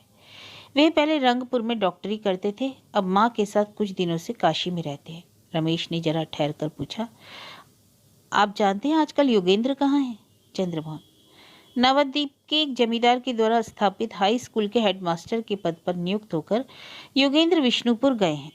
चंद्रमोहन ने पूछा, रमेश बाबू, आप बहुत दिनों के बाद दिखाई पड़े, इतने दिन कहाँ रहे? रमेश ने बात को छिपाने का कोई कारण न देकर कहा, वकालत करने की इच्छा से गाजीपुर गया था। क्या अब वहीं रहना होगा? नहीं नहीं, वहां मुझे पसंद नहीं आया रहना, कहाँ रहूंगा यह भी कह नहीं सकता। रमेश के जाने के कुछ ही देर बाद अक्षय वहां आया। योगेंद्र जाते समय कभी कभी अपना मकान देखने के लिए अक्षय से कह गया था। अक्षय जो काम अपने जिम्मे लेता है उसकी रक्षा करने में कभी आलस्य नहीं करता। इसी से वह और काम रहने पर भी जब तब योगेंद्र का मकान देखने आता है। मकान के 2 चौकीदारों में एक भी हाजिर रहकर पहरा देता है या नहीं, इसकी जांच पड़ताल के लिए वह चला आता है। चंद्रमोहन ने अक्षय से कहा, रमेश बाबू अभी अभी यहाँ से गए हैं क्या? अक्षय, सचमुच क्या करने आए थे? चंद्रमोहन, यह तो मैं नहीं जानता। घनानंद बाबू का हाल पूछते थे। वे ऐसे दुबले पतले हो गए हैं कि सहसा पहचानना ही कठिन है। यदि वे दरबान को ना पुकारते तो मैं भी नहीं पहचानता। अक्षय, कुछ मालूम हुआ आजकल रहते कहाँ हैं? चंद्रमोहन, अभी तक तो गाजीपुर में थे, अब वहां नहीं रहेंगे। कहाँ रहेंगे इसका कुछ निश्चय नहीं किया। कहकर अक्षय ने अपने काम में मन लगाया। रमेश अपने डेरे पर आकर सोचने लगा, बड़ी अद्भुत घटना है। उधर मेरे साथ कमला का और इधर कमल नयन के साथ नलिनी का मिलन हुआ। यह तो बिल्कुल ही उपन्यास की तरह है, सो भी कुलिखित उपन्यास। इस प्रकार उलट फेर कर देना विधाता की भांति लापरवाह रचयिता के लिए ही संभव है। संसार में वह ऐसे ऐसे काम कर डालता है जिन्हें भीरू लेखक काल्पनिक उपन्यास में लिखने का साहस नहीं करते। रमेश ने सोचा, इस बार मैं अपने जीवन के कठिन समस्या जाल से निकल गया हूँ। तब अधिकतर संभव है कि अदृष्ट अपने इस जटिल उपन्यास के शेष अध्याय में मेरे लिए शोकजनक उपसंहार न लिखेगा। विष्णुपुर के जमींदार ने योगेंद्र के रहने के लिए अपने मकान के पास ही एक घर दिया था। वह घर में रविवार को सवेरे अखबार पढ़ रहा था। इसी समय बाजार के एक आदमी ने उसके हाथ में चिट्ठी दी। लिफाफे पर अक्षर देखकर आश्चर्य में पड़ गया। लिफाफा खोलकर देखा। रमेश ने लिखा, मैं विष्णुपुर की एक दुकान में भेंट करने की इच्छा से बैठा हूं, तुमसे कुछ बातें कहनी है। योगेंद्र एकाएक कुर्सी से उठ खड़ा हुआ। यद्यपि वह एक दिन रमेश को अपमानित करने के लिए बाध्य हुआ था, तो भी उस बाल्य बंधु को इस दूर देश में, और वह भी मुद्दत के बाद, भेंट करने के लिए उपस्थित देखकर लौट ना सका। उसका हृदय आनंद से उमंग उठा। कौतूहल भी कुछ कम ना हुआ, विशेषकर जब नलिनी वहां ना थी। तब रमेश के द्वारा किसी तरह अनिष्ट होने की आशंका भी न थी। पत्र लाने वाले को साथ ले योगेंद्र स्वयं रमेश से भेंट करने चला। देखा वह एक बनिए की दुकान में खाली सिंदूक पर चुपचाप बैठा है। दुकानदार ने ब्राह्मण के हुक्के में तंबाकू भरकर उसे देना चाहा, किंतु चश्माधारी बाबू साहब हुक्का नहीं पीते। यह सुनकर वणिक आश्चर्य में पड़ गया। योगेंद्र ने लपक कर रमेश का हाथ पकड़कर कहा, तुमसे हार गए। तुम अपनी दुविधा को लेकर चलते बने और जब मिलने आया तो मोदी की दुकान पर बैठे हो। रमेश कुछ उत्तर न देकर मुस्कुराया। योगेंद्र रास्ते में मनमानी बातें बकता हुआ ही चला जा रहा था। सुनो रमेश बाबू, विधि के कर्तव्य को कोई नहीं जानता। उसने मुझको शहर में जन्म दिया, इतना बड़ा नागरिक बनाया, इसलिए कि मैं एक ऐसे निठल्ले गांव में मारा मारा फिरूं। रमेश ने चारों ओर देखकर धीरे से कहा, क्यों, जगह ठीक नहीं है? अर्थात? योगेंद्र ने कहा, अर्थात यहाँ की निर्जन। योगेंद्र, इसलिए मैं अपने जैसे आदमी को यहाँ से हटा इस निर्जनता को जरा सा और बढ़ाने के लिए प्रतिदिन यहीं रहूं? रमेश, चाहे जो कहो, परंतु मन की शांति तो चाहिए। योगेंद्र, ये बातें मुझसे मत कहो।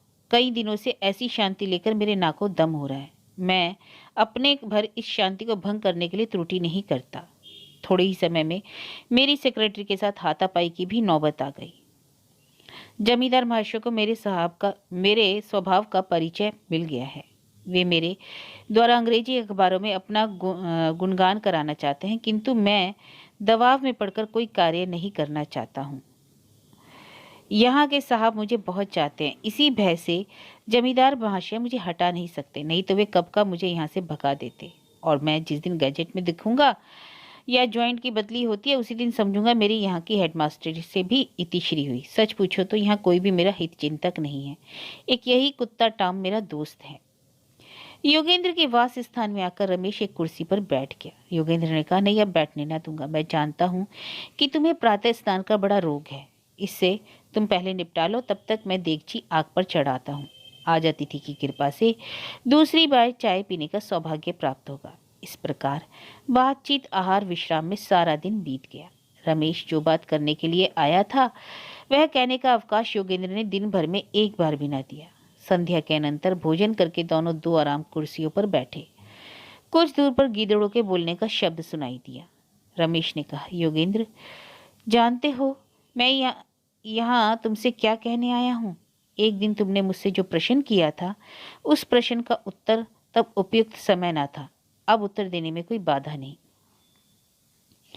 यह कहकर रमेश जरा ठहर गया। इसके बाद उसने शुरू से आखिर तक जो जो घटनाएं हुई थी सब कह सुनाई।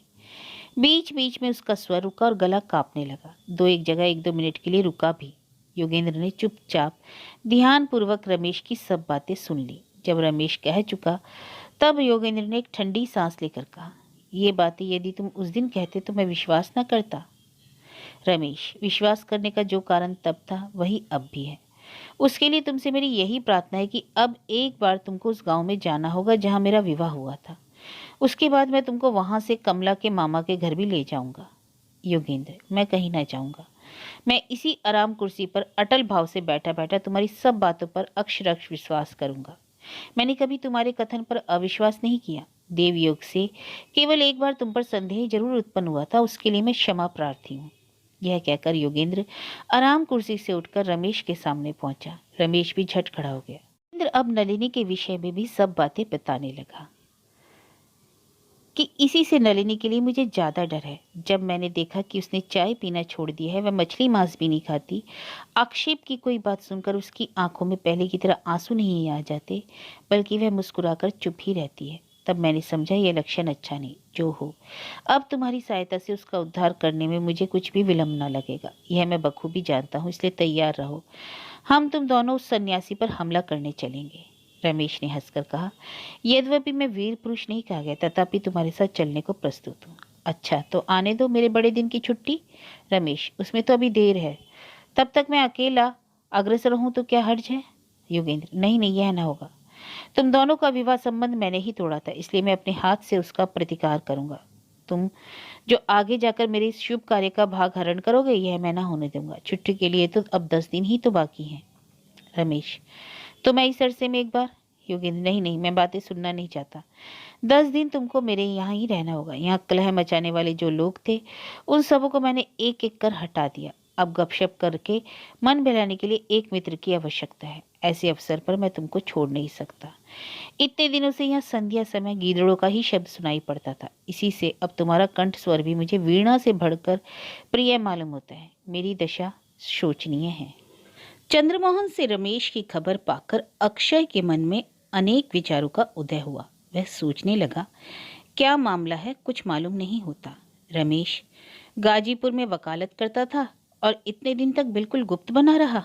अब ऐसी क्या बात हो गई जिससे वहां की प्रैक्टिस छोड़कर वह फिर साहसपूर्वक कोलूटोला स्ट्रीट में अपने को जाहिर करने के लिए उपस्थित हुआ। घनानंद बाबू काशी में है, यह खबर किसी न किसी दिन कहीं से इसे मिल ही जाएगी और जरूर वह यहाँ वहां उनसे जा मिलेगा। अक्षय ने निश्चय किया कि 2-1 दिन में मैं ही गाजीपुर जाकर रमेश का सब हाल सुन समझ आऊंगा और इसके बाद एक बार काशी जाकर घनानंद बाबू से भी भेंट करूंगा। एक दिन अक्षय चुपचाप कलकत्ते से चल दिया। अगहन की पूर्णमासी के दिन दोपहर के बाद हाथ में बैग लिए वह गाजीपुर पहुंचा। पहले उसने बाजार में तलाश किया। रमेश बाबू नाम के एक नए बंगाली वकील का मकान किधर है और कितने ही लोगों से पूछा, पर किसी ने कानून पेशे वाले रमेश बाबू के मकान का कुछ पता न बताया। जब बाजार में उसके मकान का पता न लगा तब वह कचहरी की तरफ रवाना हुआ। कचहरी की छुट्टी होने के समय वह अदालत पहुंचा। चोंगा शमला पहने की एक बंगाली वकील गाड़ी पर चढ़ने जा रहे थे। अक्षय ने उनसे पूछा, महाशय, रमेश चंद्र चौधरी नाम के एक नए वकील गाजीपुर में आए हैं, उनका मकान किस मोहल्ले में है? आप जानते हो तो कृपा कर बता दीजिए। अक्षय को उनसे ज्ञात हुआ कि रमेश अब तक चक्रवर्ती जी के घर में ही ठहरा था। मालूम नहीं अब वहां है या नहीं।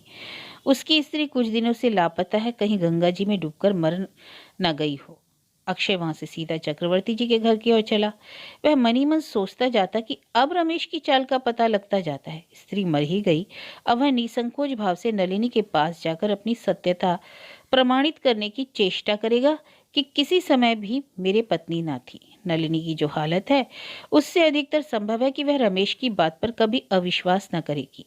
जो लोग बाहर से धर्म नीति का डंका बजाते फिरते हैं वे भीतर से बड़े भयानक होते हैं। इसकी आलोचना करके अक्षय मन ही मन अपने प्रति विशेष श्रद्धा का अनुभव करने लगा।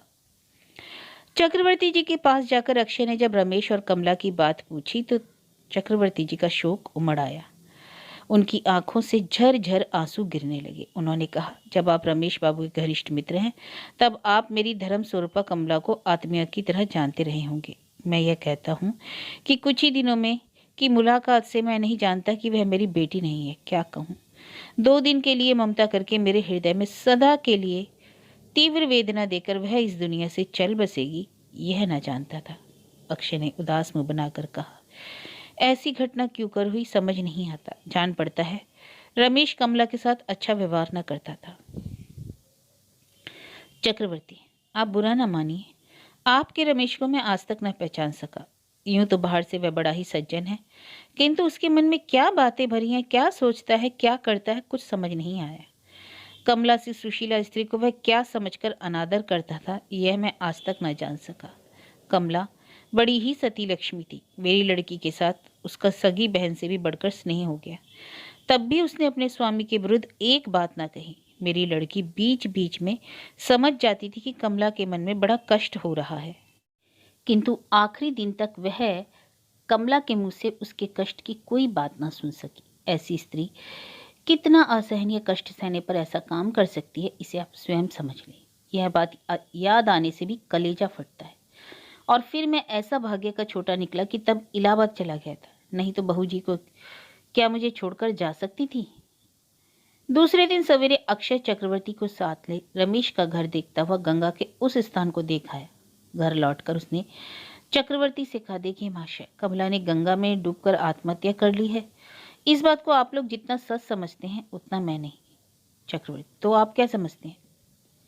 मेरी समझ में वे घर छोड़कर कहीं चली गई हैं। हम लोगों को उनकी अच्छी तरह खोज करनी चाहिए। चक्रवर्ती हठात उत्तेजित होकर बोल उठे, आप ठीक कहते हैं, कुछ असंभव नहीं। अक्षय, यहाँ से काशी करीब ही है, वहां मेरे एक मित्र रहते हैं, हो सकता है कमला उनके पास पहुंच गई हो। चक्रवर्ती ने आशान्वित होकर कहा, रमेश बाबू ने तो मेरे आगे उनका कभी जिक्र भी नहीं किया। यदि मैं जानता होता तो क्या अभी तक चुपचाप बैठा रहता। अक्षय, तो ठीक है, एक बार चलिए, हम और आप दोनों काशी चले। पश्चिम की सब जगह आपकी देखी सुनी है, आप अच्छी तरह कमला का पता लगा सकेंगे। चक्रवर्ती ने बड़े उत्साह से इस प्रस्ताव को स्वीकार कर लिया। अक्षय जानता था कि नलिनी मेरी बात का सहज ही विश्वास न करेगी, इसलिए साक्षी स्वरूप चक्रवर्ती को साथ लेता गया। शहर के बाहर कंटोनमेंट में एक किराए के बंगले में घनानंद बाबू काशीवास कर रहे हैं। काशी पहुंचते ही इन्हें खबर मिली कि कमल नयन की माता कल्याणी को पहले केवल ज्वर और खांसी थी, किंतु अब न्यूमोनिया हो गया है। बुखार की हालत में भी वे इस जाड़े के समय नित्य प्रातः स्नान का नियम निभाई जाती थी। इसी से उनकी बीमारी संकटापन्न हो गई है। नलिनी दिन रात कल्याणी की सेवा में लगी रहती थी। उसके कई दिनों से के अविश्रांति प्रयत्न करने के बाद कल्याणी की हालत कुछ कुछ सुधरी, किंतु तब भी वे निहायत कमजोर थी, स्वयं उठ बैठ न सकती थी। उनके अत्यंत आचार विचार करने के कारण पथ्य पानी के संबंध में नली कुछ काम न आई। इसके पूर्व कल्याणी किसी के हाथ का छुआ भोजन न करती थी, अपने हाथ से रसोई बनाती थी। अब कमल नयन उनके लिए पथ्य बनाकर देने लगा। भोजन के संबंध में माता की सेवा टहल कमल नयन को अपने हाथ से करनी पड़ती थी।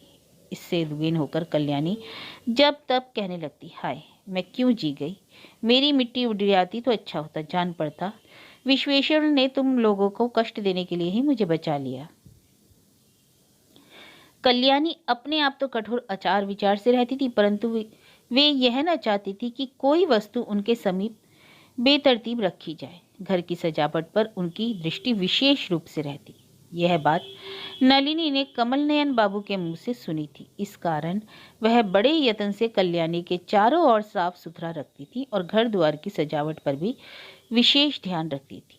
वह आप भी कल्याणी के पास सज धज कर आती थी।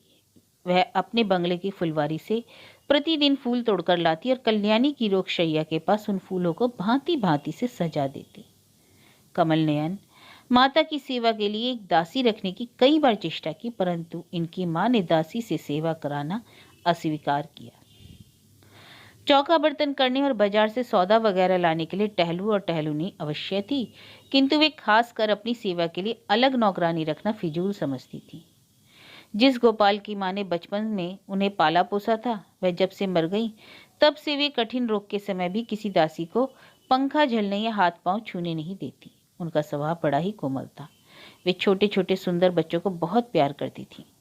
जब वे दशमेध घाट पर प्रातः स्नान करके प्रत्येक शिवलिंग पर जल फूल चढ़ाती हुई घर को लौटती, तब रास्ते में जो छोटा बालक मिल जाता उसे खिलौना, मिठाई और पैसा देती, जिससे वे बालक उनके पीछे पीछे घर तक आते और जब तब वे उनके घर के आसपास खेलते फिरते। यह देखकर कल्याणी बहुत प्रसन्न होती थी। दूसरे, जब वे बाजार से कोई अच्छी चीज देखती तो अपने काम की ना होने पर भी खरीद लेती। किस वस्तु को पाकर कौन खुश होगा, इसे समझकर वे उन वस्तुओं को उपहार स्वरूप जहां तहां भेज देती थी। इससे उनको बड़ी खुशी होती।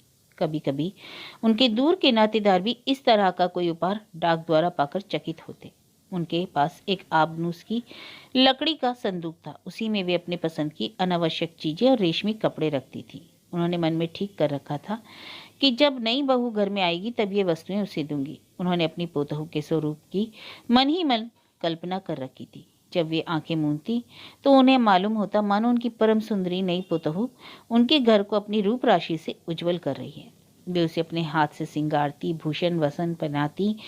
इसी भावना में उनके अनेक दिनों के अनेक अवसर बीते हैं। वे तपस्विनी की भांति रहकर समय बिताती थी। सारा दिन उनका पूजा पाठ में बीत जाता। वे दिन भर में एक बार थोड़ा सा दूध और फल मूल आदि खा लेती, किंतु आचार विचार के संबंध में कमल नयन की इतनी बड़ी निष्ठा वे जी से पसंद न करती थी। बेटे का नियम संयम देखने में उन्हें कष्ट होता। वे कहती थी, पुरुषों को इतना आचार विचार करने की क्या जरूरत। पुरुषों को वे एक बड़े लड़के की तरह समझती थी। खाने पीने, घूमने फिरने में लड़के के लिए नित्य नियम का पालन कैसा। पुरुष के आचार विचार पर वे जब तब दयाद्र होकर कहती थी, पुरुषों से ऐसे कठोर नियमों का पालन कैसे हो सकेगा। अवश्य ही धर्म की रक्षा सबको करनी चाहिए, किंतु त्रिकाल स्नान और हविष्य भोजन आदि का नित्य नियम और आचार विचार पुरुषों के लिए तो नहीं है। यही सिद्धांत उन्होंने अपने मन में रखा था। कल्याणी जब रोग से मुक्त हुई तब उन्होंने देखा कि कमल नयन के उपदेशानुसार नलिनी नाना प्रकार के नियमों का पालन कर रही है और बूढ़े घनानंद बाबू भी कमल नयन की सब बातों को ऐसी श्रद्धा और भक्ति के साथ ध्यान पूर्वक सुनते हैं जैसे लोग गुरु के वाक्य को सुनते हैं। इससे कल्याणी को बड़ा कौतूहल हुआ। उन्होंने एक दिन नलिनी को पुकारा और हंसकर कहा, बेटी, मैं देखती हूँ तुम सब कमल नयन को और भी पागल बना डालोगी। उसकी वे पागलपन की बातें तुम सुनती क्यों हो। तुम्हारी उम्र अभी हंसने खेलने और सांसारिक सुख भोगने की है, साधना की नहीं। यदि पूछो कि तुम क्यों यह किया करती हो तो इसका कारण है, मेरे माता पिता बड़े नैष्ठिक थे। बचपन से हम सब भाई बहन उसी नियम निष्ठा के भीतर पले। इससे हम सबका शरीर सहनशील हो गया। बचपन का संस्कार अभी तक बना है। यही कारण है कि इस बुढ़ापे में भी मैं किसी तरह नियम निभाए जाती हूँ। यदि मैं यह सब छोड़ दूं तो मेरे लिए दूसरा काम ही क्या रहेगा। किंतु तुम सबके लिए यह बात नहीं। किंतु तुम्हारी शिक्षा दीक्षा किस तरह की है यह जानती हूँ, और तुम जो कुछ साधन करी हो वह केवल जबरदस्ती है। बेटी, इससे क्या लाभ। यह सब छोड़ दो, संसारी रीति नीति के अनुसार चलो। तुम सबको अभी हविष्य भोजन से क्या काम। योग तप का इतना आडंबर किस लिए। मेरा कमल नयन ही इतना बड़ा योगीराज कब से हो गया। वह इन बातों को क्या जाने। वह तो अभी कल तक मनमाने काम करके इधर उधर घूमता था, शास्त्रों से कोसों भागता था। मुझी को प्रसन्न करने के लिए उसने यह सब आरंभ किया। पर जो लक्षण देखती हूँ उससे जान पड़ता है कहीं वह किसी दिन पूरा सन्यासी होकर घर से ना निकल जाए। तीसरे पहर दिन को नलिनी के बाल बांधते बांधते इन बातों की चर्चा चलती थी। नलिनी जिस तरह बाल संवारती थी वह कल्याणी को पसंद न था। बाल बांधने और चोटी गूंथने में कल्याणी बड़ी प्रवीण थी। एक दिन जिक्र चलने पर उन्होंने कहा, मैं जितने प्रकार के बाल गूंथना जानती हूँ उतने भेद तुम अभी न जानती होंगी। मुझे संयोग से एक मेम मिल गई। मैंने उससे सिलाई का काम सीखा था। उसी ने बाल गूंथने के कई भेद सिखा दिए। जब वह सिखलाकर चली गई तब मुझे स्नान करके कपड़ा बदलना पड़ता था। संस्कार की भलाई बुराई तो नहीं जानती, पर बिना किए रहा नहीं जाता था। तुम सबों को जो मैं अपने खाने पीने की कोई वस्तु छूने नहीं देती उसका कुछ बुरा मत मानना। यह मत समझना कि मैं तुमसे घृणा करती हूँ, वह केवल अभ्यास है। कमल नयन जब दूसरे मत को मानता था, जब उसे आर्य धर्म से नफरत थी, तब मैंने उसको उसके अनाचार को बहुत कुछ सहन किया था। मैं उससे कहती भी नहीं थी, सिर्फ यही कहती कि जो अच्छा समझो करो। मैं मूर्ख स्त्री धर्म कर्म का मर्म क्या समझूं। हाँ, इतने दिन से जो करती आई हूँ उसे छोड़ नहीं सकती। कहते कहते कल्याणी ने अपनी आंखों के आंसू पोंछ डाले। नलिनी और कल्याणी का स्नेह दिनों दिन बढ़ने लगा। वे उसके बाल खोलकर अपने मन माफिक बांध देती और फिर अपने आबनूस के संदूक से अपनी पसंद की रंगीन साड़ी निकालकर नलिनी को पहनने के लिए देती और अपने हाथ से उसका श्रृंगार करके बहुत प्रसन्न होती। ऐसा करने से उन्हें बड़ा सुख मिलता। नलिनी प्रायः रोज ही कल्याणी को अपना सिलाई दिखला जाती। उन्होंने नलिनी को नित्य नई किस्म किस्म की सिलाई की शिक्षा देना आरंभ किया। यह सब उनको संध्या समय का काम था। उन्हें मासिक पत्र और शिक्षाप्रद कहानियां पढ़ने का बड़ा शौक था। नलिनी के पास जो कुछ भाषा की सुपाठ्य पुस्तकें थी, सब कल्याणी के पास लाकर रख दी। किसी लेख और पुस्तक के संबंध में कल्याणी की आलोचना सुनकर नलिनी चकित हो जाती। कमल नयन की माता की बातचीत, संस्कार और पवित्राचरण देख नलिनी उन्हें अद्भुत स्त्री समझने लगी थी। वह जो सोचकर यहाँ आई थी वह ना हुआ। सारी बातें उसकी आशा के बाहर निकली। कल्याणी को फिर बुखार आने लगा। इस बार का बुखार बहुत दिन ना रहा। कमल नयन ने सवेरे माता को प्रणाम करके उनके पैरों की धूल लेते समय कहा, माँ, अब कुछ दिन तुम्हें रोगी की तरह संयम करके रहना होगा। तुम्हारा शरीर अत्यंत दुर्बल हो गया है। इस दशा में तुम उन कठोर नियमों का पालन कैसे करोगी? कल्याणी, मैं रोगी के नियम से रहूं और तुम योगी के नियम से? तुम्हारी ये बातें अब बहुत दिन न चलेंगी। मैं तुम्हें आज्ञा देती हूँ, इस बार तुमको ब्याह करना ही होगा। कमल नयन चुपचाप बैठा रहा। कल्याणी ने कहा, देखो बेटा, मेरा यह शरीर अब अधिक दिन न ठहरेगा। तुमको संसारी देखकर मैं सुखपूर्वक मर सकूंगी। पहले मेरे मन में यह उत्कंठा रहती थी कि कब मेरे घर में एक छोटी सी नई बहू आएगी, कब मैं उसे अपने हाथ से सिखा पढ़ाकर होशियार बनाऊंगी। किंतु इस बार की बीमारी में भगवान ने मुझे चैतन्य कर दिया। अब मेरी जिंदगी का क्या ठिकाना? कब इस देह पिंजर से प्राण पक्षी उड़ जाए इसका निश्चय नहीं। आज हूँ, कल ना रहूंगी। ऐसी अवस्था में छोटी सी बहू को तुम्हारे गले बांध जाने से तुम बड़ी मुश्किल में पड़ जाओगे। इसलिए मैं चाहती हूँ कि तुम किसी सियानी लड़की से ब्याह करो।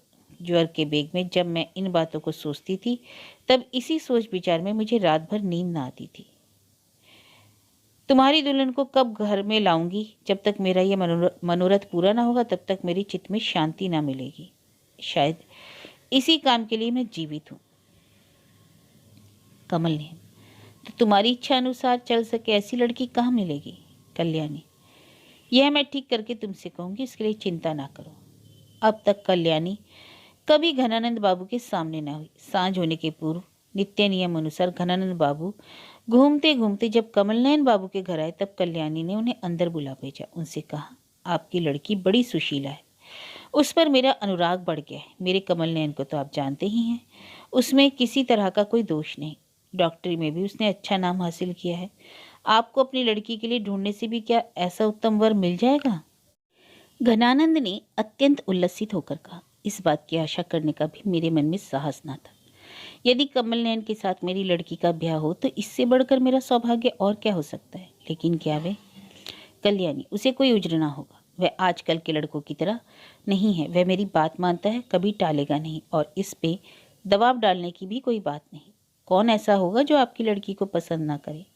मैं इस काम को झटपट कर लेना चाहती हूँ, क्योंकि मेरे शरीर की अवस्था अच्छी नहीं। किस घड़ी संसार से उठ जाऊं निश्चय ठीक नहीं। घनानंद उस रात को बड़े ही प्रसन्न होकर घर गए। घर में उन्होंने नलिनी को बुलाकर कहा, बेटी, अब मेरा बुढ़ापा है, मेरा शरीर भी बराबर रुग्ण रहता है। तुम्हारा विवाह बिना किए चल देने से मेरी आत्मा को सुख न मिलेगा। तुम मुझसे संकोच न करो। तुम्हारा बाप या माँ जो भी समझो मैं ही हूँ। मेरे ही ऊपर तुम्हारा सारा बोझ है। नलिनी उत्कंठा भरी दृष्टि से पिता के मुंह की ओर देखने लगी। घनानंद ने कहा, तुम्हारे बिया की एक ऐसी जगह बातचीत हो रही है जिसे सुनकर मेरे हृदय में आनंद रखने के लिए जगह नहीं। मुझे डर है कि इसमें पीछे कोई विघ्न ना आ पड़े। आज कमल नयन की माँ ने स्वयं मुझे बुलाकर अपने पुत्र के साथ तुम्हारे ब्याह का प्रस्ताव किया है। नलिनी अत्यंत संकुचित होकर नीची नजर करके बोली, नहीं, यह नहीं हो सकता। कमल नयन के साथ ब्याह की बात उसे एकदम असंभव जान पड़ी। कमल नयन के सदृश महात्मा क्या कभी ब्याह कर सकता है? एकाएक पिता के मुंह से यह प्रस्ताव सुन वह मारे लज्जा के सिकुड़ गई। घनानंद, क्यों नहीं हो सकता? नलिनी, कमल नयन बाबू, यह भी क्या कभी हो सकता है? इस ढंग का उत्तर भी भला कोई उत्तर है, किंतु युक्ति की अपेक्षा यह कई गुना प्रबल है। नलिनी अब वहां न रह सकी, उठकर बरामदे में चली गई। घनानंद बाबू बड़े सोच में पड़ गए। उन्हें इस तरह की बाधा होने की कुछ भी आशंका न थी, बल्कि उनकी धारणा तो यह थी कि कमल नयन के साथ विवाह होने का प्रस्ताव सुनकर नलिनी मन ही मन प्रसन्न होगी। वे उदास होकर क्षमादान की ओर देखने और स्त्री प्रकृति की रहस्य तथा नलिनी की माँ के न रहने की बात सोचने लगे। नलिनी देर तक बरामदे के अंधेरे में बैठी रही। इसके बाद उसने एक बार घर की ओर झांक कर देखा। पिता को उदास मुंह किए चिंता में डूबे हुए देखकर वह दुखी हुई। उसने झट पिता के पीछे जाकर उनके बालों में उंगली फेरते फेरते कोमल स्वर में कहा, बाबूजी, चलिए, बहुत देर से भोजन सामग्री रखी है, ठंडी हो गई। घनानंद बाबू कठपुतली की तरह भोजन करने गए, पर आज अच्छे से ना कर सके। नलिनी के ब्याह का ऐसा अच्छा प्रस्ताव सुनकर वे बड़े आशान्वित हुए थे, परंतु नलिनी की ओर से इतना बड़ा व्याघात पाकर उनके मन का उत्साह भंग हो गया। वे एकदम हताश हो गए।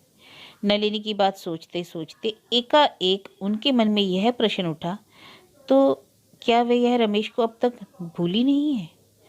और दिन वे भोजन करके शीघ्र ही सोने को चले जाते थे। आज वे बरामदे में आराम कुर्सी पर बैठकर बाग के सामने वाली कंटोनमेंट की सड़क की ओर देखने लगे और मन ही मन कुछ सोचने लगे। नलिनी ने मुस्कुराकर कहा, बाबूजी, यह ठंडी हवा आती है, अब सोने चलिए। तुम सो, मैं जरा ठहर कर सोऊंगा। बाबूजी, आपको जाड़ा लगता है ना, कमरे के भीतर चलिए।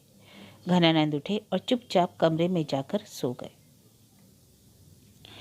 रमेश की बात का मन में आंदोलन करके नलिनी अपने आप को इसलिए पीड़ित न करती थी, शायद इससे कर्तव्य में बट्टा लग जाए। इसलिए वह अब तक अपने साथ खूब लड़ाई लड़ती रही, परंतु जब बाहर से उस पर किसी का दबाव डाला जाता था तब उसके हृदय के फफोले फूटने लगते और उसे मर्मांतिक कष्ट होता। वह अपने भविष्य जीवन को किस तरह बिताएगी, इसका कोई स्पष्ट उपाय उसे न सूझता। इसके लिए वह कोई सुदृढ़ अवलंब ढूंढ रही थी। आखिर कमल नयन बाबू को गुरु बनाकर वह उनके उपदेश अनुसार चलने को तैयार हुई थी, किंतु ज्यों ही उसे विवाह का प्रस्ताव सुना, उसके गंभीरतम हृदय का प्रेम बंधन तोड़ने की चेष्टा की जाती, त्यों ही वह समझती कि वह बंधन कैसा कठिन है। इधर कल्याणी ने कमल नयन से कहा, मैंने तुम्हारे ब्याह की बातचीत पक्की कर ली। कमल नयन ने मुस्कुराकर कहा, बिल्कुल ही पक्की कर ली, नहीं तो क्या। क्या मैं हमेशा जीती रहूंगी? मैं जो कहती हूँ सो सुनो। मैंने नलिनी ही को पसंद किया है। ऐसी अच्छी लड़की खोजने पर ना मिलेगी। रंग वैसा गोरा नहीं है, परंतु कमल नयन, दुहाई माजी, में गोराई की बात नहीं सोचता, किंतु उसके साथ ब्याह कैसे होगा, यह क्या कभी हो सकता है? यह तुम क्या कहते हो? ना होने का तो कोई कारण नहीं दिखाई पड़ता। कमल नयन को इसका उत्तर देना कठिन हो गया, किंतु नलिनी, जिसको इतने दिनों से वह गुरु की हैसियत से निसंकोच होकर उपदेश देता आया, उसके साथ एकाएक विवाह का प्रस्ताव सुनकर माने लज्जा ने घेर लिया। कमल नयन को चुप देख कल्याणी ने कहा, मैं इस बार तुम्हारा कोई उज्र ना सुनूंगी। मेरे लिए जो तुम इस तरुण अवस्था में सब कुछ छोड़ छाड़ कर काशीवास करके तपस्या करो, यह मैं किसी तरह ना देख सकूंगी। अब जो ब्याह का मुहूर्त स्थिर होगा व्यर्थ ना जाएगा, यह मैं अभी से कहती हूँ। कमल नयन जरा ठहर कर बोला, माँ जी सुनो, मैं तुमसे एक बात कहता हूँ, पर यह भी पहले ही कह देता हूँ कि सुनकर घबरा मत जाना। जिस घटना की बात कहता हूँ उसे आज 9-10 महीने हो गए। अब उसके लिए चिंतित होने की आवश्यकता नहीं, किंतु तुम्हारा ऐसा कोमल स्वभाव है कि कोई अमंगल बात बीत जाने पर भी, उसकी चिंता कहने की इच्छा रहने पर भी मैं आज तक तुमसे कुछ ना कह सका। मेरी गृह शांति के लिए तुम जितना चाहो पूजा पाठ कराओ, यह तुम्हारी खुशी है, परंतु व्यर्थ अपने मन को कष्ट न देना। कल्याणी ने उद्वेन होकर कहा, ना जाने तुम क्या कहोगे, किंतु तुम्हारी भूमिका सुनकर अभी से मेरा हृदय कांपता है। जब तक इस दुनिया में हूँ अपने को दुख से कहाँ तक बचा कर रख सकती हूँ। मैं तो अमंगल की बात से दूर रहना चाहती हूँ, परंतु उसे क्या कहीं से खोज कर लाना पड़ता है? वह आप ही आकर सिर पर सवार हो जाता है। अच्छा, बात भली हो चाहे बुरी, तुम एक बार कह सुनाओ तो। कमल नयन, मैं इसी माघ महीने में अपना सब सामान बेचकर और अपने बाग वाले मकान को भाड़े पर उठाकर रंगपुर से विदा हुआ। कुछ दूर आगे आकर ना मालूम मेरे मन में क्या आया कि मैंने रेलगाड़ी के बदले कलकत्ते तक नाव की सवारी से ही जाने का निश्चय किया। इसलिए सीधे घाट पर जाकर एक देसी नाव पर सवार हो चल पड़ा। 2 दिन का रास्ता पार कर एक बालू के टीले के पास नाव रुकवाकर मैं स्नान करने लगा। उसी समय एकाएक देखा कि भूपेंद्र हाथ में बंदूक लिए सामने खड़ा है। मुझको देखते ही उसने आनंद से उछलकर कहा, शिकार की खोज में आने से मुझे आज बहुत बढ़िया शिकार मिला। वह उसी तरफ कहीं डिप्टी मजिस्ट्रेट था। उस समय दौरे पर था। खेमे से निकलकर उधर घूमने आया था। बहुत दिनों बाद भेंट हुई थी। वह मुझे कब छोड़ सकता था। मुझे साथ लेकर देहात की सैर करने लगा। एक दिन धर्म पुष्कर नाम की एक जगह पर उसका खेमा पड़ा। 3 दिन के तीसरे पैर हम दोनों घूमने के लिए तंबू से बाहर निकले। बस्ती बिल्कुल पुरानी थी और छोटी भी। एक खेत के पास एक फूस के घर में हम दोनों पहुंचे। हम दोनों के बैठने के लिए घर का मालिक भीतर से 2 मूड़े उठा लाया। टूटे तख्त पर स्कूल के मुदरिस पैर फैलाए बैठे थे। उसारे के नीचे जमीन पर बैठे हुए लड़के हाथ में सलेट लिए खूब कोलाहल के साथ विद्या का अभ्यास कर रहे थे। घर के मालिक का नाम तारिणी चरण था। भूपेंद्र बाबू से उन्होंने मेरा परिचय पूछा। खेमे से लौट आने पर भूपेंद्र ने मुझसे कहा, तुम्हारा नसीब अच्छा है, तुम्हारे ब्याह की बातचीत हो रही है। मैंने कहा, कैसी बातचीत? भूपेंद्र, यह तारिणी चरण सूदखोर है। इसकी बराबरी का सूम संसार में ना होगा। भारी कंजूस है। यह जो अपने यहाँ इसने स्कूल को जगह दे दी है, सो इसके लिए जब कोई नया मजिस्ट्रेट आता है तभी उसके आगे यह अपनी लोक हितैषिता का विशेष आडंबर करता है, किंतु स्कूल के मुदरिस को केवल भोजन देकर 10 बजे रात तक उससे सूद का हिसाब कराता है। कुछ मदद सरकार देती है और कुछ रकम फीस से वसूल हो जाती है। इसी से मास्टर साहब को तनख्वाह दी जाती है। तारिणी की एक बहन पति वियुक्ता होने पर कहीं आश्रय न मिलने के कारण इसके पास आई। वह गर्भिणी थी। यहाँ आकर उसकी एक कन्या हुई, परंतु उचित पथ्य पानी न होने से बहन बेचारी मर गई। इसकी एक और विधवा बहन थी। उससे यह घर का सारा काम करवाकर नौकरानी रखने का खर्च बचाता। उसी ने इस लड़की को माँ की तरह पाला पोसा। लड़की के कुछ बड़ी होते ही उसकी मौसी की भी मृत्यु हो गई। तब से वह मातृ पितृहीना बालिका बराबर मामा और मामी की सेवा टहल में हाजिर रहकर दिन रात झड़कियां सहती हुई बड़े दुख से समय बिताने लगी। अब वह बिहाने योग्य हो गई है, परंतु ऐसी अनाथ बालिका को कौन अपनी बहू बनाएगा? खासकर यहाँ उसके माँ बाप का कोई परिचय तक नहीं जानता। पितृहीन अवस्था में उस लड़की का जन्म हुआ था। इसके लिए मोहल्ले के कुछ निठल्ले आदमी संदेह भी करते हैं। सभी जानते हैं कि तारिणी के पास बेहिसाब रुपया है। लोगों की इच्छा है कि इस लड़की की शादी में तारिणी का खूब रुपया खर्च हो। कन्या के संबंध में दोष देकर सब लोग इस बैल को धोना चाहते हैं। इसी से अब तक लड़की के ब्याह की बात कहीं पक्की नहीं हुई। 4 वर्ष से वह बराबर इस लड़की की उम्र 10 वर्ष की बताता आता है। अतएव हिसाब से उसकी अवस्था अब 14 वर्ष से कम ना होगी। जो हो, लड़की का नाम कमला है और रूप गुण में भी कमला की ही मूर्ति है। ऐसी सुंदरी लड़की मैंने तो नहीं देखी। इस गांव में किसी विदेशी युवक ब्राह्मण को उपस्थित देख तारिणी उसके हाथ पैर जोड़ता है कि उस लड़की के साथ ब्याह कर ले। यदि कोई राजी हो भी जाता है तो गांव के लोग लड़की के संबंध में कुछ खोटी बात कहकर उसे भगा देते हैं। इसलिए अब की बार अवश्य ही तुम्हारा नंबर है। इस पर मैंने बिना कुछ सोचे समझे कहा, मैं उस लड़की के साथ ब्याह करूंगा। इसके पूर्व ही मैंने निश्चय कर लिया था कि एक कट्टर हिंदू के घर की लड़की से ब्याह कर उसे ले आऊंगा और तुम्हें विस्मित कर दूंगा। मैं जानता था कि बड़ी उम्र की ब्राह्मण लड़की को घर लाऊंगा तो उससे कोई भी सुखी न रह सकेगा। मेरी बात सुनकर भूपेंद्र को बड़ा आश्चर्य हुआ। उसने कहा, सच कहो? मैंने कहा, सच नहीं तो क्या, मैं तुमसे झूठ कहता हूँ? मैंने अपना सिद्धांत पहले से स्थिर कर लिया है। भूपेंद्र, तो बात पक्की हुई? हाँ, बिल्कुल पक्की। उसी दिन सांझ को स्वयं तारिणी चट्टोपाध्याय हम लोगों के डेरे में आया। उसने हाथ जोड़कर मुझसे कहा, आपको मेरा उद्धार करना होगा। आप लड़की को पहले अपनी आंख से देख लीजिए, पसंद ना हो तो दूसरी बात है, परंतु मेरे दुश्मनों की बात ना सुनिए। मैंने कहा, देखने की जरूरत नहीं, आप मुहूर्त स्थिर कीजिए। तारिणी, परसों का दिन बड़ा अच्छा है, परसों ही यह काम हो जाए। शीघ्रता की दुहाई देकर ब्याह में यथासाध्य खर्च बचाने की उसकी प्रबल इच्छा थी। सो उस दिन ब्याह हो गया। कल्याणी चौकटी बोली, ब्याह हो गया? सच कहो बेटा। कमल नैन, हाँ हो गया। बहू के साथ नाव पर सवार हुआ। जिस दिन पिछले पहर में नाव पर चढ़ा, उसी दिन सूर्यास्त होने के एक दंड उपरांत ना मालूम कहाँ से आंधी आकर बात की बात में नाव उलटकर किधर गई, क्या हुई क्या पता। कल्याणी, नारायण नारायण। उनका संपूर्ण शरीर भय से कांपने लगा। कमल नैन, कुछ देर के बाद जब होश हुआ तब मैंने देखा कि मैं नदी में तैर रहा हूँ, परंतु पास में नाव या नौकारोही का कुछ चिन्ह मात्र भी ना है। मैं तैरकर किसी तरह किनारे लगा। पुलिस में खबर देकर मैंने बहुत खोज करवाई, परंतु कोई फल ना हुआ। कल्याणी का चेहरा पीला हो गया। उन्होंने कहा, जो बात हो गई सो हो गई, अब उसकी चर्चा मेरे आगे कभी मत करना। इस दुर्घटना का स्मरण होते ही मेरा हृदय कांपने लगता है।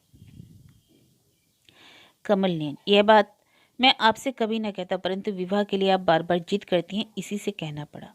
कल्याणी, एक बार देव योग से दुर्घटना हो गई, इससे क्या तुम इस जीवन में कभी विवाह ना करोगे? करूंगा क्यों नहीं, परंतु यदि वह बच गई हो तो? तुम पागल तो नहीं हो गए? अगर वह बच गई होती तो क्या तुम्हें खबर ना मिलती? कमल नयन, उसे क्या मेरा पता मालूम था? वह जानती तक ना थी कि मैं कहाँ का रहने वाला हूँ, मेरा नाम क्या है। मैं उसके लिए सर्वथा बेजान जान पहचान का आदमी था। उसे प्राय मेरा मुंह देखने का भी अवसर नहीं मिला।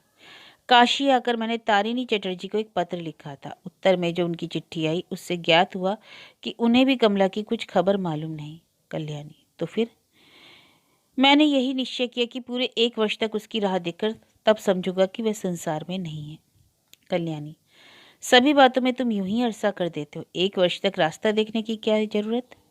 कमल नयन, वर्ष पूरा होने में अब विलंब ही कितना है। यह अगहन है, पूस में ब्याह होगा ही नहीं, उसके बाद माघ बिताकर फागुन में देखा जाएगा।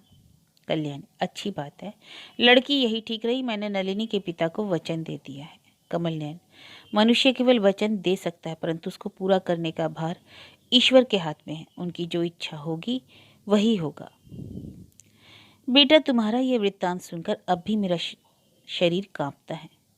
मैं जानता था तुम्हारे मन में क्या होगा। दिन रात तुम्हारे मन में इस बात की चिंता लगी रहेगी। इसी से मैं तुम्हारे आगे इन बातों का जिक्र नहीं करना चाहता था। कल्याणी, अच्छा ही करते हो। आजकल ना मालूम मेरा कैसा स्वभाव हो गया है। कोई अनिष्ट संवाद सुनने से मेरे मन में उसकी चिंता होती है, वह किसी भी तरह दूर नहीं होती। डाक का पत्र खोलते हुए भय होता है, शायद उसमें कुछ बुरी खबर ना हो। इसलिए तो मैंने तुम सबसे कह भी रखा है कि मुझे कोई खबर ही ना सुनाओ। मैं तो अब एक तरह से अपने को मरी समझती हूँ। मुझसे कुछ कहने की क्या जरूरत है? कमला जब गंगा के किनारे जा पहुंची तब सूर्यास्त होने में विलंब न था। शीतकाल का सूर्य अपना तेज अग्नि में रखकर अस्ताचल की ओर आश्रय लेने को पहुंच गया था। उस शांत स्वरूप सायकालिक सूर्यदेव को कमला ने हाथ जोड़ प्रणाम किया। इसके बाद गंगा जी का जल सिर पर छिड़ककर वह जल में धसी। घुटने तक पानी में जाकर उसने गंगा जी को अंजलि भरकर जल चढ़ाया और फूल बहाए। फिर समस्त गुरुजनों का स्मरण करके सिर नवाया। उन सभी को प्रणाम करके सिर उठाते ही एक व्यक्ति की सुधाई। किसी दिन उसने उनके मुंह की ओर न देखा था। एक दिन रात को जब वह उनके पास बैठी थी तब उनके पैरों को भी वह संकोच के मारे न देख सकी थी। कोहबर में अन्य स्त्रियों से जो उन्होंने 2-4 बातें कही थी, वह भी लज्जा में डूबी रहने के कारण उसने घूंघट के भीतर स्पष्ट न सुनी। उनके उस कंठ स्वर की याद करने के लिए आज इस गंगा के किनारे निर्जन स्थान में खड़ी होकर उसने एकांत मन से बड़ी चेष्टा की, परंतु किसी तरह वह उसको स्मरण न कर सकी। आधी रात के बाद उसके ब्याह का मुहूर्त था। बहुत रात तक जागते रहने के कारण थकी हुई वह कब कहाँ सो गई इसका भी स्मरण नहीं। सवेरे जागने पर देखा उसकी एक सखी उसे ठेलकर जगाकर खिलखिला रही है। शैया पर कोई न था। जीवन के शेष काल में प्राणेश्वर के स्मरण ध्यान करने का भी कोई साधन उसके पास ना था। उस ओर बिल्कुल अंधेरा है, ना कोई मूर्ति है, ना कोई वाक्य, ना कोई चिन्ह। जिस लाल वस्त्र के साथ उनकी चादर का ग्रंथि बंधन हुआ था, तारिणी चरण की दी हुई उस थोड़े दाम की चुनरी का मूल्य कितना अधिक है, यह बात कमला ना जानती थी। इसी से उसने उस चुनरी को भी यत्नपूर्वक नहीं रखा। रमेश ने नलिनी को जो चिट्ठी लिखी थी वह कमला के आंचल में बंधी थी। वह बालू पर बैठ गई और उस चिट्ठी को खोलकर उसका कुछ अंश सायकाल के प्रकाश में पढ़ने लगी। उस अंश में उसके स्वामी का परिचय था। बात अधिक ना थी, केवल इतना ही लिखा था कि उसके स्वामी का नाम कमल नयन चट्टोपाध्याय है और वे रंगपुर में पहले डॉक्टरी करते थे, अब वहाँ नहीं है। यह भी मालूम नहीं है कहाँ है, बस इतना ही। चिट्ठी का बाकी अंश उसे खोजने पर भी नहीं मिला। कमल नयन, यह नाम उसके मन में अमृत बरसाने लगा, मानो उस नाम ने एक कल्पित मूर्ति धारण कर उसे अपनी छाती से लगा रखा। कुछ देर के लिए वह प्रेम के आवेश में आकर बेसुधी रही। उसकी आंखों से आंसू की धार बह चली। उस अविरल धारा ने उसके हृदय को आर्द्र कर दिया। इससे उसके हृदय का असहनीय दुख दाह शांत सा हो गया। उसका अंतःकरण कहने लगा, ना यह शून्यता है, ना अंधकार। मैं देख रहा हूँ वह जो है मेरा ही है। तब वह ढांढस बांध कर बोली, यदि मैं सती हूँ तो इसी जीवन में एक ना एक दिन उनके पैरों की धूल मेरे मस्तक में लगेगी। विधाता, कभी मेरे मनोरथ को विफल ना करेंगे। जब मैं जीवित हूँ तब वे भी इस संसार में अवश्य ही होंगे। उन्हीं की सेवा करने के लिए भगवान ने मुझे बचा रखा है। उसने अपने रुमाल में बंधे कुंजियों के गुच्छे को वहीं फेंक दिया। रमेश की दी हुई सोने की चेन भी झट उसने गले से उतारकर पानी में फेंक दी। इसके बाद वह सीधी पश्चिम की ओर रवाना हुई। कहाँ जाएगी, क्या करेगी, इसका कुछ निश्चय उसके मन में न था। वह केवल इतना ही जानती थी कि मुझे चलना होगा। घड़ी भर भी ठहरने के लिए अब जगह नहीं। शीतकाल के सायकालिक प्रकाश को जाते देर न हुई। चारों ओर अंधकार छा गया। बालू की सफेदी को छोड़ कुछ नजर नहीं आता। अकस्मात एक जगह से मानो किसी ने चित्र रचनावली के बीच में सृष्टि की चित्रलेखा को एकदम मेट डाला हो। अंधेरे पाक की रात अपनी सारी पलक इन पुतलियों से नदी किनारे पर बहुत ही धीरे धीरे सांस छोड़ रही है। कमला के सामने ग्रहहीन अनंत अंधकार है और कुछ भी नहीं। उसे चला जाना है। कहीं पहुंचेगी या नहीं, यह भी सोचने का सामर्थ्य उसमें नहीं था। नदी के किनारे ही किनारे जाने की बात उसने स्थिर की। ऐसा करने से किसी से मार्ग पूछना न होगा, और यदि मार्ग में उसके ऊपर कोई विपत्ति आएगी या कोई आक्रमण करेगा तो तुरंत गंगा की गोद में आश्रय मिलेगा। आकाश में कोहरा कहीं नाम लेने को भी ना था। कृष्ण पक्ष की रात ने चारों ओर खासे अंधकार की कनात लगा दी, किंतु उसकी दृष्टि में कोई बाधा न थी। कर्मशः रात गहरी होने लगी। रवि की फसल खेतों में लहरा रही थी, जिसके पास से एक बार गिदड़ बोल गए। मनुष्य का कंठ स्वर कहीं सुनाई नहीं देता था। बालू पर बहुत दूर चलने के बाद कमला कच्ची सड़क पर आ गई। नदी के पास ही एक गांव दिखाई दिया। कमला ने कंपित हृदय से गांव के पास आकर देखा तो सर्वत्र सन्नाटा छाया था। बस्ती के सब लोग सो रहे थे। वह डरती हुई गांव के बाहर निकल गई, परंतु अब उसमें चलने की शक्ति न रही। वह ऐसी जगह जहां पहुंची जहां से आगे बढ़ने का कोई रास्ता मालूम न हुआ। थकी तो थी, पास ही एक बड़ के पेड़ के नीचे सो गई और सोते ही गाढ़ी निद्रा में निमग्न हो गई। खूब तड़के जागकर उसने देखा कि कृष्ण पक्ष के चंद्रमा के धुंधले प्रकाश से अंधकार क्षीण हो गया। एक अधेड़ स्त्री उसके सामने खड़ी खड़ी उससे पूछे, तुम कौन हो? जाड़े के दिन में इस पेड़ के नीचे कौन पड़ी है? कमला चकित होकर उठ बैठी। देखा समीपी घाट पर दो डोंगियां बंधी हैं। वह अधेड़ स्त्री और लोगों के जागने के पूर्व ही स्नान करने आई है। औरत ने कहा, तुम तो बंगालीन जान पड़ती हो। हाँ, मैं बंगालीन ही हूँ। तुम यहाँ क्यों हो? कमला, मैं काशी जाने के लिए घर से आई हूँ। चलते चलते थक गई। रात भी कुछ और अधिक हो गई है। नींद आई तो सोई रही। औरत, अरे बापा रे, तुम पैदल ही काशी जा रही हो? अच्छा, नाव पर चलो, मैं स्नान करके आती हूँ। स्नान कर चुकने पर इस स्त्री ने कमला का परिचय लिया। गाजीपुर में जिन श्रीपति बाबू के यहाँ बड़े समारोह के साथ ब्याह का उत्सव हुआ था, वे उसके नातेदार हैं। इस औरत का नाम महामाया है। इसके स्वामी का नाम मुकुंद दत्त। वह कुछ दिनों से काशीवास कर रहा है। ये नातेदार के निमंत्रण को लौटा न सके थे और दो नाव इसलिए ले गए कि जिसमें उनके घर खाना ना पड़े। श्रीपति बाबू की स्त्री के आग्रह करने पर महामाया ने कहा था, जानती तो हो उनकी तबीयत खराब रहती है। लड़कपन से उनको अभ्यास और ही तरह का है। घर की गाय के दूध का जो मक्खन होता है, उसी घी में उनके लिए पूरी तरकारी बनाई जाती है और उस गाय को भी ऐरी गैरी चीज नहीं खिलाई जाती, इत्यादि। महामाया ने पूछा, तुम्हारा नाम क्या है? कमला। तुम्हारी मांग में सिंदूर है तो तुम सुहागन हो? कमला। ब्याह होने की दूसरे ही दिन मेरे स्वामी गायब हो गए। मुझे मालूम नहीं वे कहाँ चले गए। महामाया, हाय राम, यह क्या हुआ? तुम्हारी उम्र तो अभी अधिक नहीं जान पड़ती, 15 वर्ष से अधिक न होगी। कमला, मैं ठीक ठाक नहीं जानती मेरी उम्र कितनी है, शायद 15 वर्ष की हो। तुम ब्राह्मण की लड़की हो? जी हाँ। तुम्हारा घर कहाँ है? कमला, ससुराल तो कहीं नहीं, मेरे बाप का घर जगदीशपुर में है। कमला का नेहर जगदीशपुर में ही था, यह उसे मालूम था। महामाया, तुम्हारे माँ बाप नहीं है? हरे राम, तो अब तुम्हारी क्या इच्छा है? कमला, काशी में यदि कोई सज्जन मुझे अपने घर में रखकर भोजन वस्त्र देना स्वीकार करेंगे तो मैं उनके घर का कामकाज करूंगी। मैं रसोई बनाना जानती हूँ। महामाया बिना वेतन की रसोइया ब्राह्मणी पाकर मन ही मन खुश हुई। कहने लगी, मुझे तो रसोइये की जरूरत है नहीं। नौकर चाकर रसोइया सब मेरे घर पर है, परंतु मैं जैसा रसोइया चाहती हूँ वैसा नहीं मिलता। जब घर के मालिक के लिए समय पर रसोई तैयार नहीं तो उनके भोजन में गड़बड़ होती ही रहेगी। तो रसोइया रखने से फायदा क्या? ब्राह्मण को 14 रुपया महीने दिया जाता है, इसके अलावा खाना कपड़ा अलग। खैर, तुम ब्राह्मण की कन्या हो, देव दोष से संकट में पड़ गई हो, अन्यंत्र कहाँ जाओगे? चलो मेरे ही यहाँ चलो। कितने ही लोग खाते पीते हैं, कितना ही व्यर्थ पड़ा रहता है। एक आदमी के बढ़ने से मेरा क्या खर्च पड़ेगा? कोई जानेगा भी नहीं। मेरे घर का काम भी कुछ अधिक नहीं, वहाँ मैं और मेरे स्वामी बस 2 प्राणी हैं। लड़कियों की शादी हो गई, वे भले घरों में ब्याही हैं। मेरे एक ही लड़का है, हाकिम है, सिराजगंज में है। लाट साहब के यहाँ से हर दूसरे महीने उसके नाम चिट्ठी आती है।